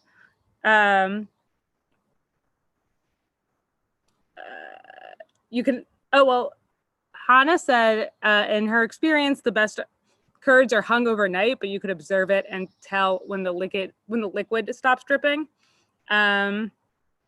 And oh, let me unmute Stern so that he could answer some more of these cheese questions, or have somebody. I'm here. Hello. Thank you. So yeah, you can definitely hang your curds overnight. I have not experimented with that. So Hannah, feel free to continue typing in the chat what you've observed in that sense. But I'm also wondering, how are people incorporating cheese into their Shavuot? Please do share in the chat, or dairy in general. Like I said, I'm going to be making sweet blintzes, and I'm considering also making savory blintzes, but I'm not totally sure. Robin asks, is there a way to make blintzes for lactose intolerant people? I am sure that the internet holds some wisdom about using cheese alternatives like cashew cheese to fill blintzes. And I'm sure there's also crepe recipes that are vegan, though I'm not so familiar. And you asked, why do we associate dairy with Shavuot? Great question. So I think the most basic reason that we associate dairy with Shavuot is because it's the time of weaning goats and sheep that were born around the time of Pesach. So after about 50 days of drinking from their mother's milk. The mother starts to sort of push them away and get visibly annoyed.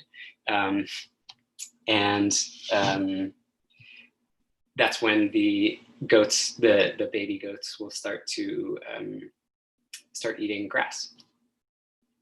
I have a question. Can you share what to do with the curds once they stop dripping? Is it cheese at that point?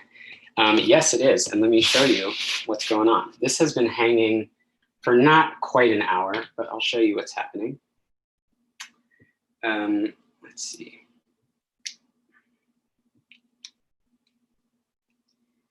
And by the way, cheesecloth is totally reusable. So I'm going to reuse this for this batch that's on the oven. But what I've got is kind of this bundle of cheese here. You can see there are little brown bits in it because I heated it a little bit too quickly. But I tried them, and the brown bits are actually really tasty. They're basically like caramelized milk sugar. So I'm not even going to pick them out. I think it's going to be really good for a savory preparation. For this batch that's on the stove, I think I have it on a bit of a lower heat more consistently. So hopefully that burning or that caramelizing at the bottom won't happen, because it would be nice to have a more clean flavor for a sweet application. Let's see. So people are in the chat are saying palashinta, Hungarian cheese blends. That sounds amazing. I don't know exactly what that is, but it sounds awesome. Crepes with buckwheat flour made in the blender. Awesome. Brie on crackers. What can be wrong with brie? From the goats for gluten-free flour. Making half blueberry, half strawberry cheesecake today. Oh my God. Pasta with cheese sauce, cheesy potatoes, blintzes, fettuccine. Wow. Sarah Elisheva is going in on the dairy. That's amazing. What else? Unripened cheese. I don't know what that means. Say more about that, Robin. Ah, fresh cheese. I see what you're saying. And if anybody has any experience aging cheese, please do share that in the chat, because I don't know anything about that.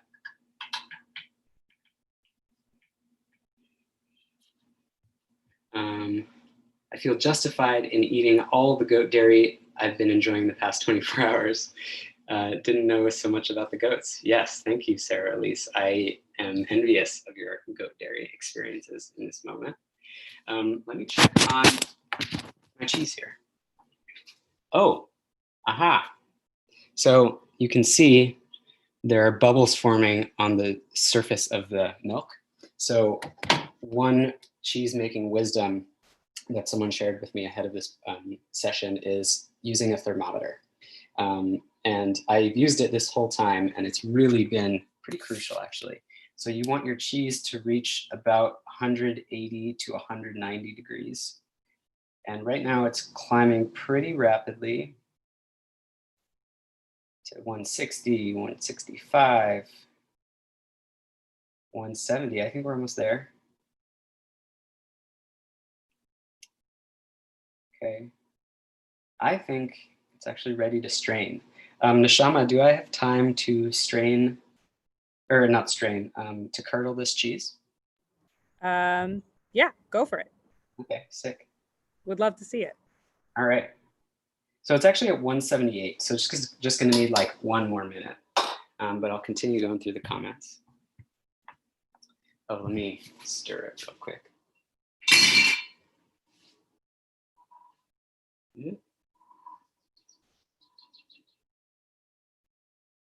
Okay, I can feel that there is a little bit of sticking on the bottom, but again, it's totally okay. I'm just not gonna scrape it.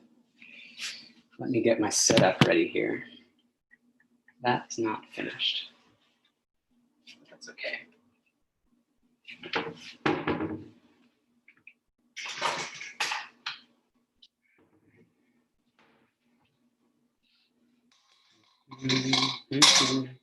Itai, that nigun that you shared earlier has been in my head ever since, and I really appreciate it. So thank you for sharing that. That was awesome. All right, untying my cheese here. I'm gonna let it strain in a fine mesh strainer while I strain the new cheese. I've got my bundle. Turning it out. Okay. Wow, that's looking kind of cool. I like that coloring of the caramelized milk fat. It's pretty sweet. It's probably not exactly the way it should be, but it's totally fine with me. Oh, it almost just fell in the way. Okay, let's see what I can do here.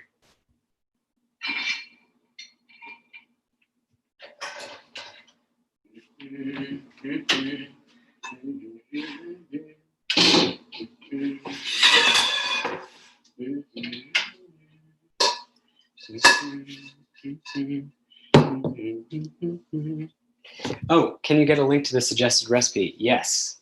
I actually, I have the Gefilte Manifesto at home, but I'm not at home.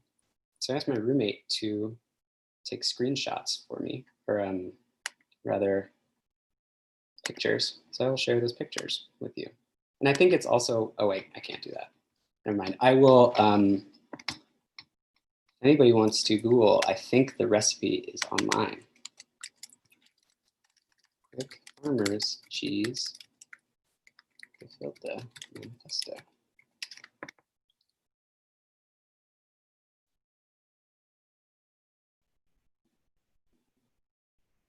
Aha. I think I found it.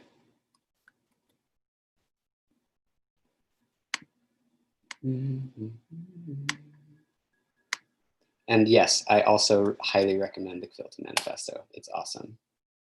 Yeah, you can copy and paste that link. It's a Google book copy, but I think it should work. Okay. Temperature check this cheese again here.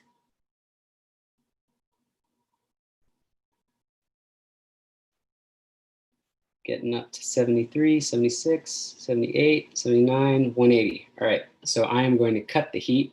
I'm gonna measure out my vinegar here. It's a 1/4 cup. And it's really cool. The process is instantaneous. The second the vinegar hits the milk, it separates. It's super cool. Here we go. I will make this more visible once I've poured it in. Actually, I think we can do both. Yeah, here we go. Boom. All right, now stirring. And you can see already it is curdling rather. Look at that.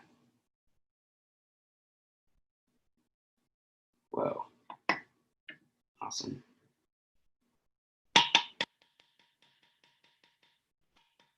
So as you can see, this is a really simple process, and the effort to reward ratio is favorable for sure. Do that without heating it and you have buttermilk. Fascinating. Can a skunk be considered part of my Shavuot harvest? That is a question for Rabbi Zelig, I would think. In my heart, I would say yes, if you're going to eat the skunk. But in my mind, I think I'm saying, I don't know. So that is pretty much as much of the process that I can show you. I'm gonna let that curdle for about 15 minutes. And then I'm gonna strain it with cheesecloth. Thanks again for letting me do this. It was really a great excuse for me to learn how to do this process more in depth. So with that, Neshama, thank you. Thank you, Stern, for showing us more of that cheese process. It was cool to watch. We're going to send it back over to Urban Adama with Maddie. We're going to learn one more song, and then we're going to do our Shavuot storytelling. So Maddie, back to you. Great. Thanks so much, Neshama. And thank you, Stern and Rabbi Zelig, for your Torah teaching and for the cheese process. And we're going to go back to a song. And for those of you who were here earlier, we were talking about the metaphors of waves and water, and how grounding they can be. And as this time of receiving Torah, and another like grounding intellectual time for us. And so I'm going to share with you a song. It's actually a chant that comes from Psalm 23. And it's called Kosi Revaya, which means my cup overflows. And I just want you to think about, as we chant together, what is overflowing in your life right now? What is there abundance of, both physically, metaphorically? What are you noticing is overflowing in your life, when even in a time of deep hardship, there is so much beauty? So I'm going to share my screen. Oopsies, 1 second.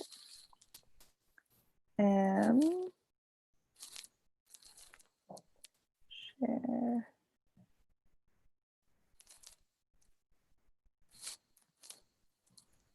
Okay, great.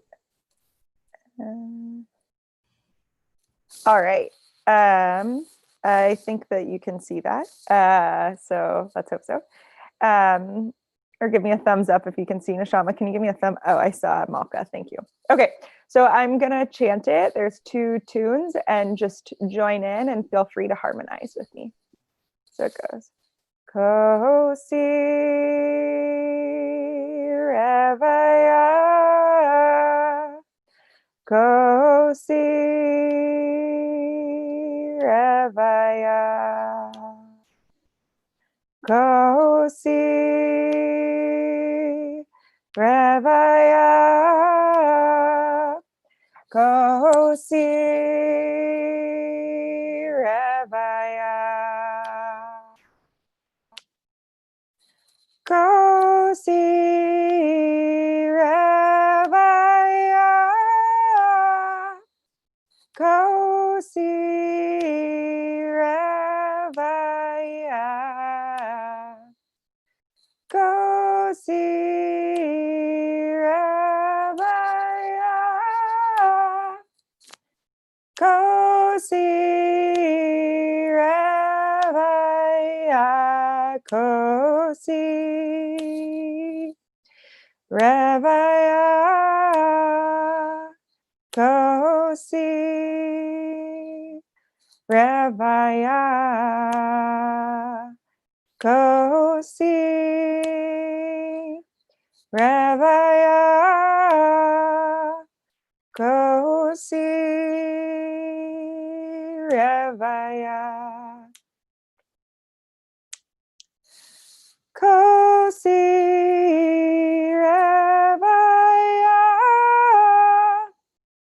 Kosi Revaya, Kosi Revaya, Kosi Revaya, Kosi, Kosi Revaya, Kosi Revaya, Revaya, Kosi Revaya, Kosi Revaya. I was actually watching a video yesterday on YouTube of Joey Weisberg, and he was talking about, when you chant, the importance of chanting with your body, and how do you make a visual experience for those who can't hear. And I'm thinking right now how I can only hear myself, which is a little nerve-wracking, and I can't hear you all. And the importance of someone being able to enter a room and still be able to hear the music through their vision. And so my invitation to you right now is, as we sing Kosi Revaya, as we chant it, to enter it with your body and to feel yourself sway, so that there's this musical choreography that's happening as well. So although we can't hear each other, we see each other. Kosi Revaya, Kosi Revaya, Kosi Revaya, Go see Ravaya. Go see Ravaya. Go see Ravaya. Thank you all for joining me. And as we think about our first fruits and the abundance that there's beginning to be and that there's always been, what is overflowing in us now. And so thank you. And I'm going to pass it back to Neshama. Great. Thank you so much, Maddie, for teaching us that song and letting us feel that our cups are overflowing with the gifts we are receiving today. And thank you to everyone else who was singing along or just listening and feeling it in your body. We are back on track on time. Sorry about the technical difficulties before. We are joining Aya Barron, who will be sharing a story about what did we hear at Sinai, creation and revelation from Bet to Aleph. So on to you, Aya. Hi, everyone. That was a beautiful song, and Maddie, actually a perfect segue, because part of what I'm going to be talking about is a time when it said that we actually saw what we heard. And so hopefully we can carry over that song and whatever the seeing and the hearing it was and bring it into this story. So I am going to tell more of a vignette, kind of my own poetic rendering of a string of rabbinic stories than any one specific story. I will put my email address in the chat after this, and if you're curious about the origin sources of them, I will send them to you. And as I've titled this, Creation of Revelation from Bet to Aleph, if you're familiar with the Hebrew alphabet, the first letter is Aleph, and it's said not to make much of a sound. And the second letter is Bet, and it sounds like a B, like a B. And so those letters will be central to my story. I did not successfully get a screenshot of them, but you can totally look up the alphabet if you want something to peek at right now.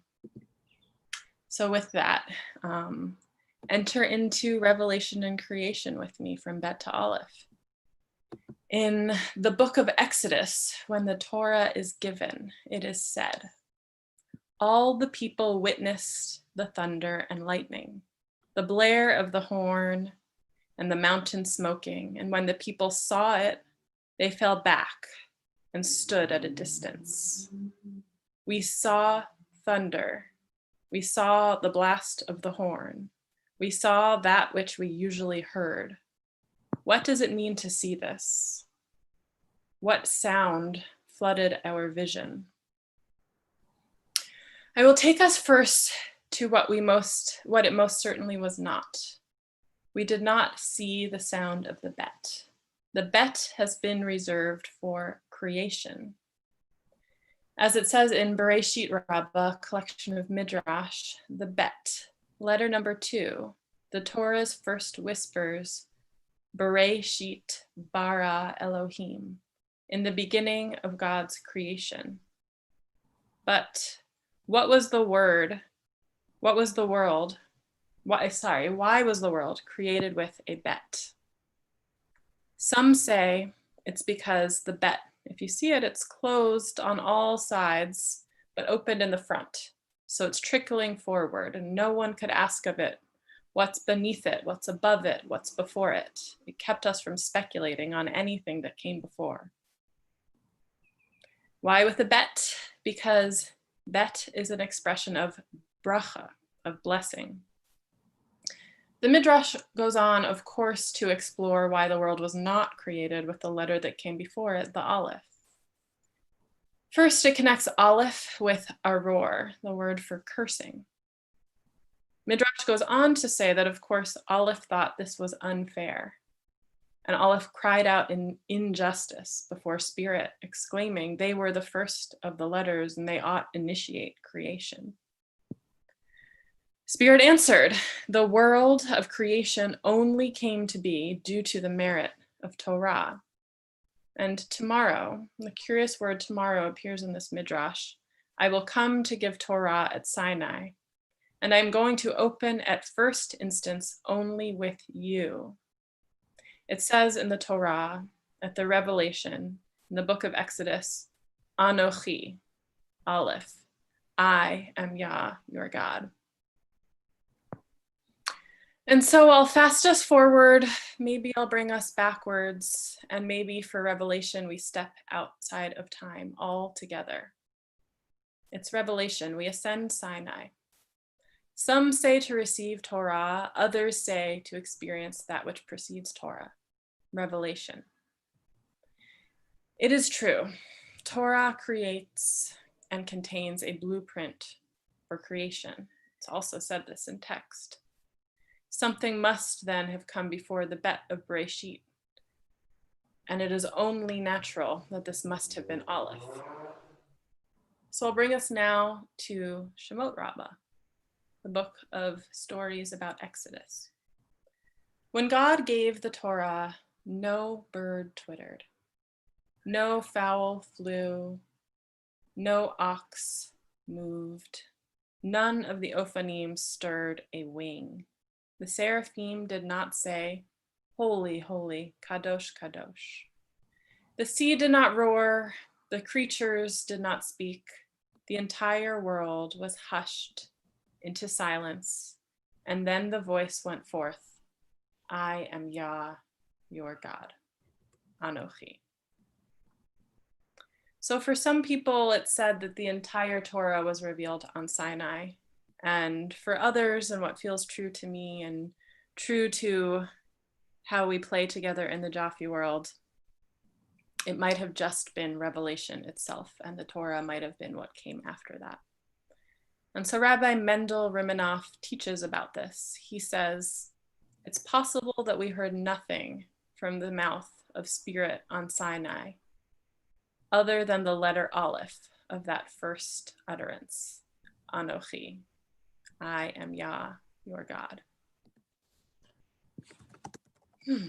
So I'm telling these vignettes because today we are in these times, as Judith Plaskow says, standing again up at Sinai. In some ways, I feel like this is a moving backward in time. In other ways, a stepping outside of time. In other ways, doing what we need to do to hopefully get to continue being here. And so we're not dwelling in the Bet, but we're beholding again and again the Aleph, the silent sound that perhaps is all that is and was Revelation. And I'm telling these stories and inside of myself at the same time yearning for that Bet. And for me, in order to get there, I'm doing my best to sink in on this Shavuot to the resounding sound of the Aleph of Revelation. And in this world that's at best experiencing a rebirth, there is a strong temptation, I think, inside of me, and I see around me, to skip to the Bet, to begin to build the world we want to live in, to fill the absence we're faced with daily, to replace the loss of the world we knew with noise, with action, with creation, with Bet. And in this earth-based movement, this felt like all I could say in this Shavuot experience, because we've practiced encountering the Aleph. I know this is true at Wilderness Torah, where I've spent most of my time. You know, we sent 12-year-olds out for a B'nai Mitzvah-like experience to tend a fire by themselves, and adults out at Passover in the desert to spend solo time in the desert and encounter the speaking silence. And so this Shavuot, the practice that we've been offering for years, is actually becoming presence and necessity. So I'll leave you just with a question, and then maybe we'll take a moment of silence and I'll pass it on. That I'm sitting here wondering, what are each of us doing to see the resounding sounds of Spirit's thunderous Aleph as we ascend this mountain, this Shavuot? Thank you.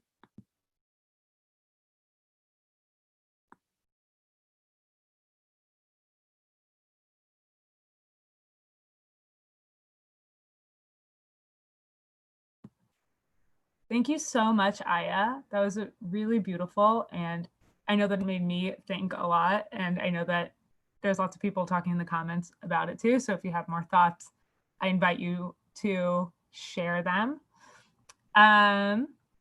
Once again, Aya is a scholar, a wilderness educator, and ritualist who recently left Wilderness Torah after 6 years of service as a youth mentor and then a youth programs director, and is now pursuing a rabbinic ordination at the Reconstructionist Rabbinical College in Philadelphia. Thank you again so much. That was really, really beautiful.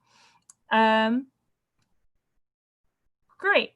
So our next part of the program is we're going to continue our first fruits offering, our Bikurim, at Pearlstone, where they are going to be presenting some of the harvest. And we are going to be talking about sharing our personal artifacts that have a connection to Shavuot.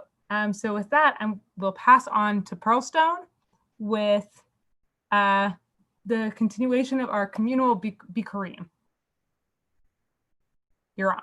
Go for it. Are you on? Are we good? Can you hear me? I can hear you. Yeah? Yeah. Okay, great. How's the reception? Okay? Just tell me if you hold it on the other side, then you won't cover the microphone as much. Nice. Okay, great. Cool. Hi, welcome. I'm here on the land in Pearlstone, sitting in our beautiful strawberry field. Pan to the gorgeous strawberry fields.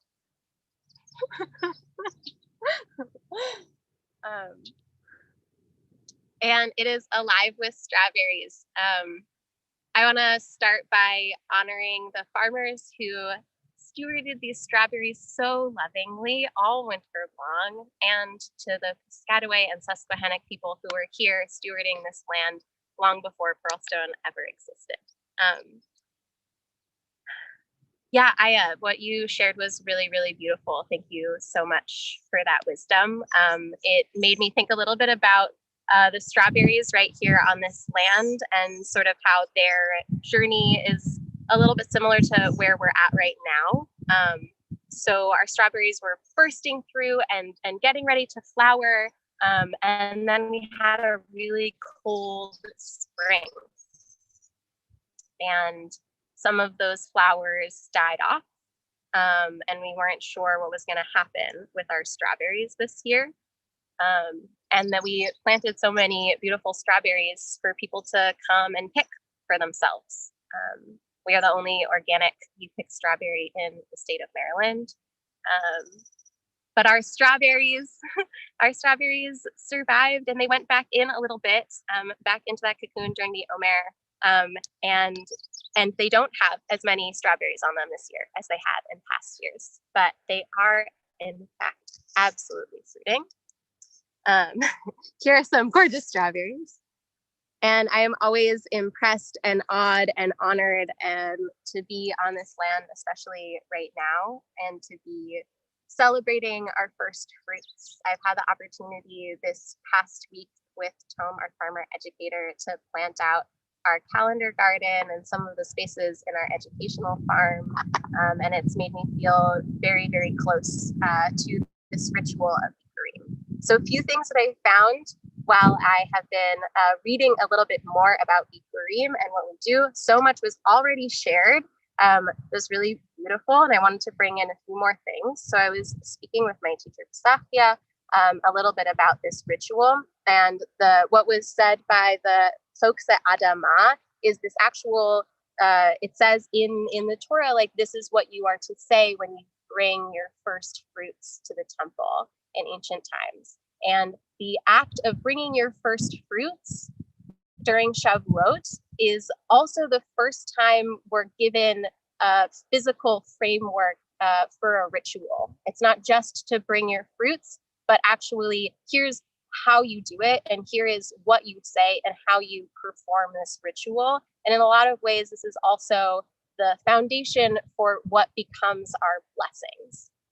And our blessings are of our first fruits. fruits. And to me, this is a reminder that our first fruits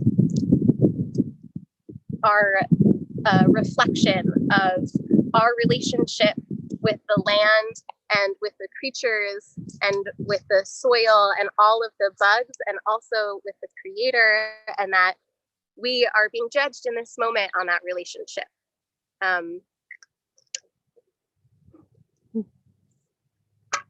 It says that 4 times the world is judged, and on Shavuot we are judged by our first fruits.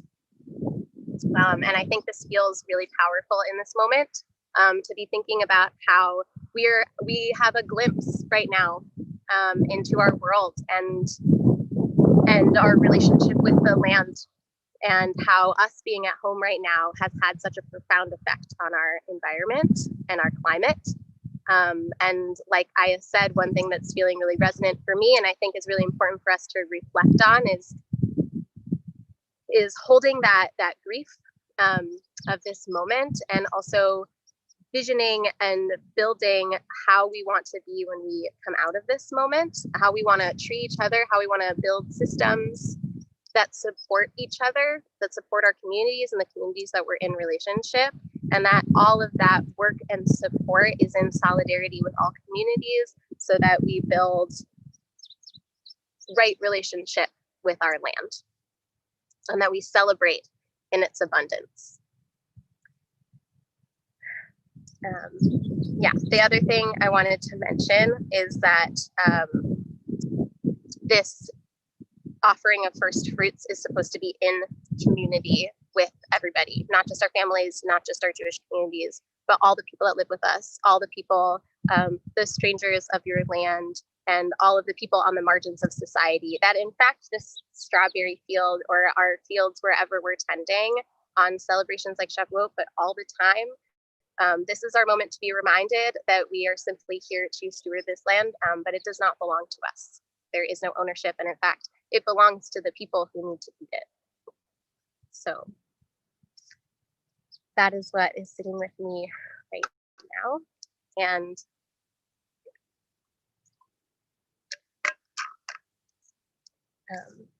as I look around and am awed by all of the beauty and the flowers and the fruits of all of the fields of Pearlstone, I found this poem in this book by Mary Oliver that I wanted to share with all of you. I bookmarked it with a piece of mint, another first fruit. It's called I Wake Close to the Morning. Why do people keep asking to see God's identity papers when the darkness opening into morning is more than enough? Certainly, any God might turn away in disgust. Think of Sheba approaching the kingdom of Solomon. Do you think she had to ask, is this the place? Coming out of the morning of celebrating Shavuot and seeing the fire that I had built with my friends still burning was this feeling for me, this feeling of like, the Creator is here and we are open and we are ready to receive the Torah together as a community.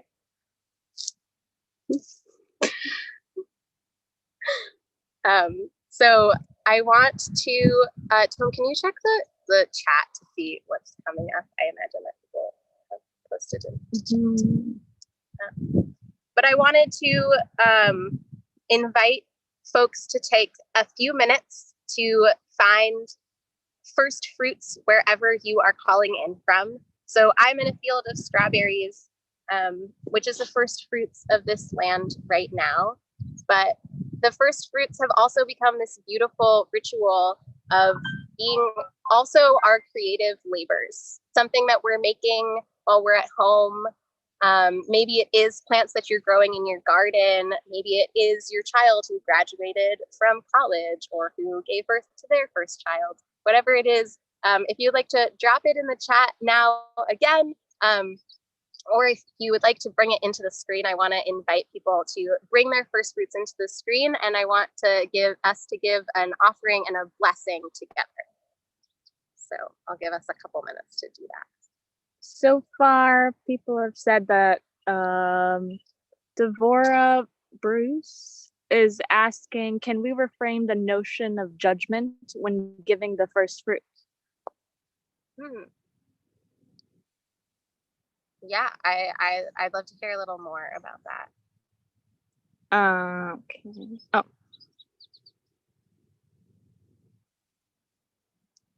Okay.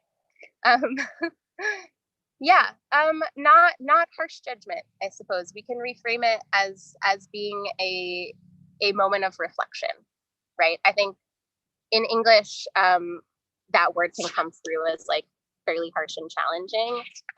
And in some ways, like we receiving the Torah are becoming responsible and are receiving this responsibility for action.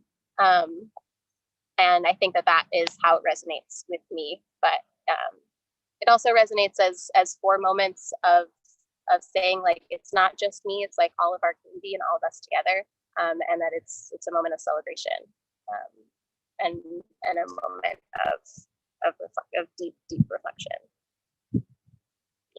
We got some more comments. Robin Sunbeam says, I always grow enough fruit for a passerby to pick some on the sidewalk side of the fence. Sarah Elisheva says that your field is beautiful. Chloe Zelka says, love this one. Neshama says, Mary Oliver, quote, I wake close to morning.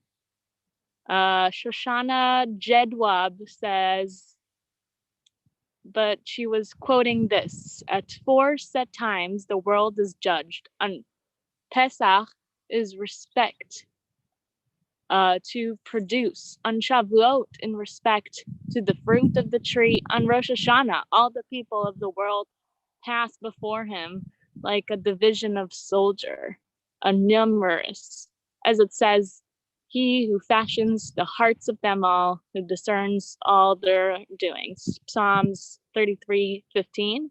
And on Sukkot, they are judged in respect of rain. Jessica Berlin says, the first fruits I'm offering are these beautiful loaves of bread I baked a while on this call. Shoshana Jedwab says, Mishnah Rosh Hashanah 1-2. Viva Hirsch, warm soil, mung bean sprouts. Sarah Lisheva, kale, lettuce, basil, spring onions. Chloe Zelka, new guitar moves. Robin Sunbeam, finally, responsibility implies free choice. Kimberly Schroeder, sorry if I'm mispronouncing your names. First fruits, I made sculptures from found objects like broken jewelry. Oh, I lost it. And they fill me with so much joy. I love that. Shoshana Jedweed. Oh, sorry, Jedwab, sorry. Strawberry Fields Forever. And Hannah Choosed.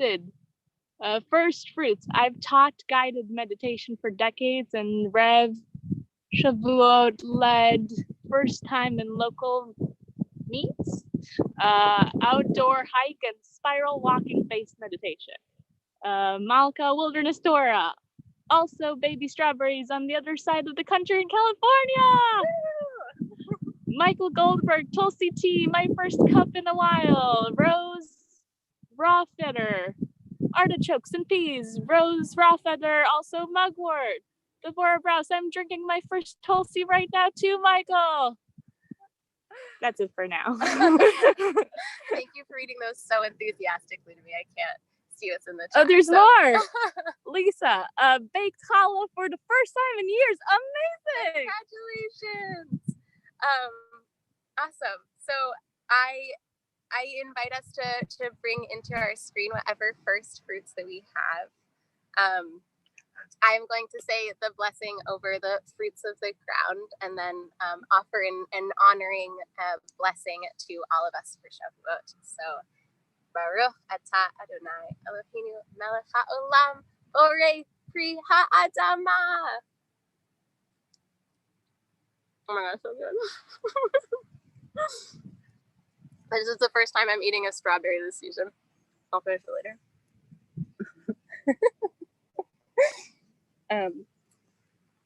So I bless us that we come together and hold our first fruits and honor all of the labor of our hands, our creative labors, and all the people who helped us get to this point, to be at the mountain to receive. Know that all of our ancestors are with us, behind us, all around us, with their arms open, waiting to receive this responsibility, this gift, this wisdom of our land, of our Torah right here, and that we have a meaningful and deep reflective Shavuot. Amen. Thanks so much, everyone. Just to note, also to honor the other folks who are still working here at Pearlstone, we are taking the fruits of our land and we are creating meals and supporting those in our community here in Baltimore who do not have access to food or land to grow their own food. So that we think about our action and how we can support and be in solidarity with our communities. Thank you so much. Aksamera. If you want strawberries, go on our website to get some if you're local. Bye. You don't have to leave it. Just switch. Thank you so much, Sarah and Tome on the camera. It was so nice to see the strawberry field and to look at all of the things that you all are adding to the first fruits that you're all experiencing. So much Tulsi tea, so much all the plants that are growing, the little pods, peas, things like that. So I'm grateful to experience that with you, even if it's just virtually. If you want to learn more about Pearlstone, they will put some of their links inside of the chat, so make sure to look out for that. And if you're local, you could pick up strawberries, which is pretty cool. We're going to move on to do some poetry with Urban Adama community member and leader, Chloe Zelka. Chloe, on to you. Thanks so much. Such a beautiful day of programming. It's lovely to spend Shavuot with you all. I thought that we'd close, we're wrapping up soon, but share a poem that to me is weaving together right now some of the themes of Shavuot, many of which have been spotlighted. Of course, revelation and insight and wisdom. This entering of a period of joy, celebrating the fruits of the earth, and especially receiving Torah and kind of the holiness of those words. And I thought about a lot of poems for this, and many of them were explicitly about Shavuot. I actually settled on one, and I think you'll see why. So I'm going to actually share a link to a Google Doc with this text that you can check out if you like. I'll also put it in the chat because of how we'll deepen into it. It's better if you can hang out with a Google Doc. If you click on that link or put it in a browser. But I'll also put it in the chat. It's called Breakage, and it's also by Mary Oliver. And I'll start by just reading it to you. Breakage. I go down to the edge of the sea, how everything shines in the morning light. The cusp of the whelk, the broken cupboard of the clam, the opened blue mussels, moon snails, pale pink and barnacle scarred, and nothing at all whole or shut, but tattered, split, dropped by the gulls onto the gray rocks and all the moisture gone. It's like a schoolhouse of words, of little words, thousands of words. First you figure out what each one means by itself, the jingle, the periwinkle, the scallop full of moonlight. Then you begin, slowly, to read the whole story. So wanted to invite us to deepen into this poem in one way I know how, which is to just look and see if there's a word or a phrase that strikes you. The title of the poem is Breakage. See if there's a word or a phrase that strikes you in there. And when it strikes you, put it in the chat. Actually put it in the chat. And together we'll kind of build our own poem that only this group of people on this Shavuot could create. So if a word or phrase strikes you, throw it in the chat and I'll read our new poem to you.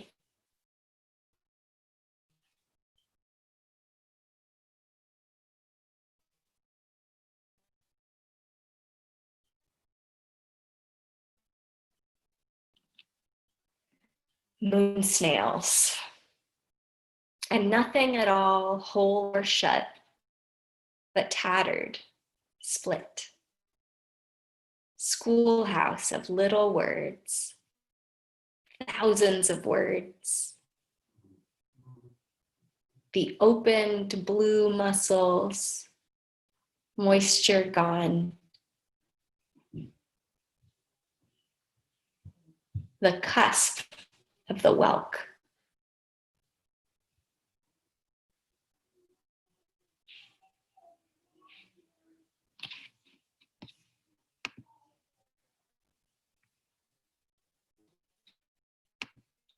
How everything shines.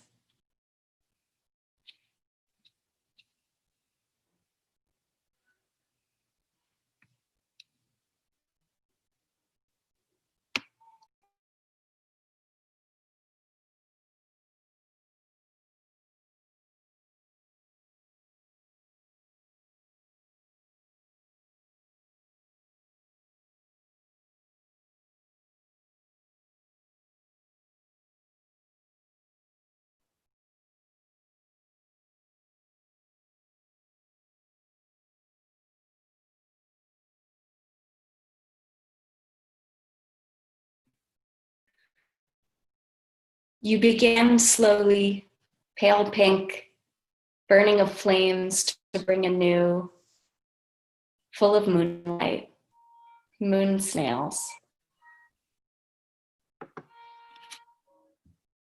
Thousands of words.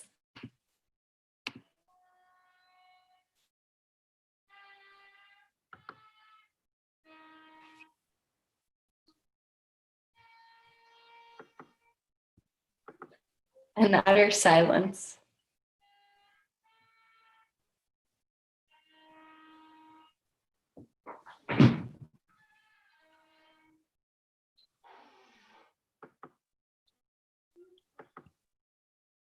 Began slowly. Each one means by itself.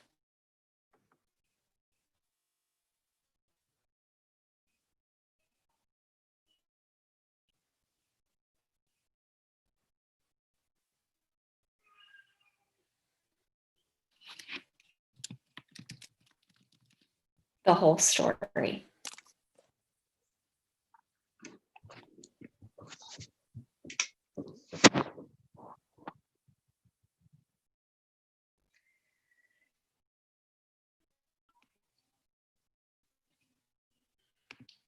Begin slowly.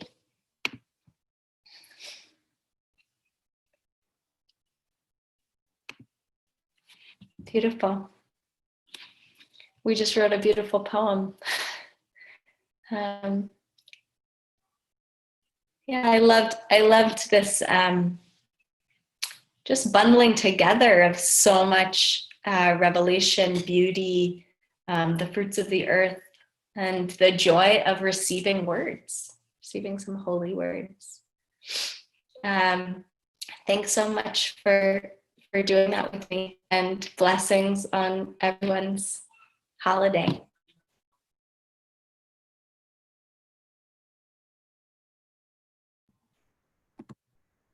Thank you so much, Chloe Zelka. That was so fun to put together and really beautiful to hear the words rewoven in that way. So thank you again. And thank you to the rest of all of our participants for joining. Thank you to our presenters and our facilitators. Thank you to Chazon, Urban Adamah, Wilderness Torah, and Pearl Stone for putting this together and making a really beautiful, meaningful Shavuot learning experience this morning or afternoon or wherever you are, whatever time zone you're in this time period. I hope that we could go away with continued revelations and like not let our revelations just be received today, but continue to be open to receiving light and receiving knowledge and receiving connection. And we can take that with us as we move forward in this world. And I hope with those gifts that we receive, with all that abundance, we can build a bigger table for everyone to share that abundance with. Thank you again so much. I thank you all so much for joining us, all the beautiful teachings, all the beautiful sharings. I hope you have a really wonderful rest of your Shavuot, rest of your day, rest of your summer. Hope to see you again soon. Enjoy the rest of Shavuot. Good to see you. Thank you.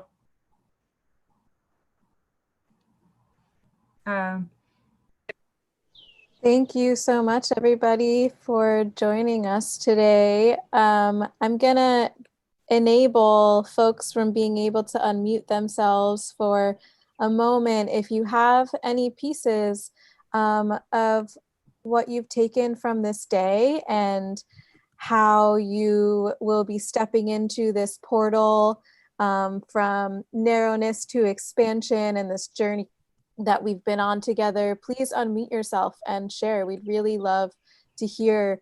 It's been really beautiful to hear some words in the chat or seeing right now. Gratitude, beautiful sharings and teachings. Thanks to everybody. And we'd also love to hear your voice and would be happy to hear more as we say goodbye and part on our ways. If you have anything to share, now is the time before we sign off.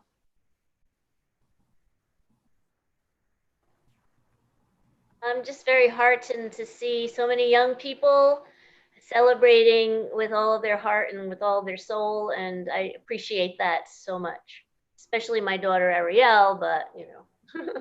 So thank you so much for carrying on all the traditions that I learned, and you inspired me to make some more blintzes. Thank you. Thank you.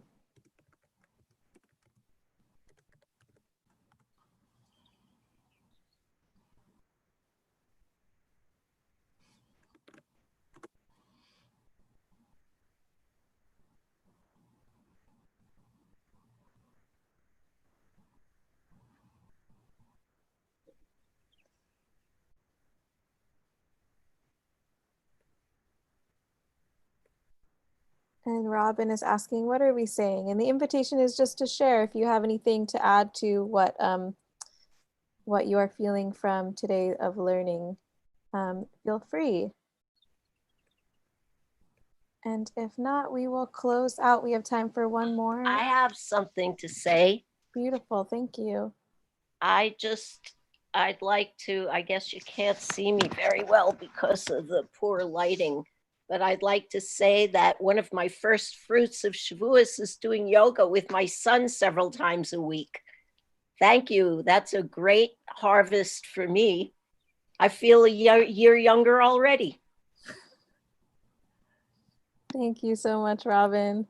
Thanks for everyone for chiming in and in the chat and in video. And yeah, I want to share thanks to our MC Neshama and all the organizations here. And I'm going to end our live stream and end our Zoom call for the day and wishing everybody a Chag Sameach. So thank you all so much. Thank you. Chag Sameach. Thank you so much.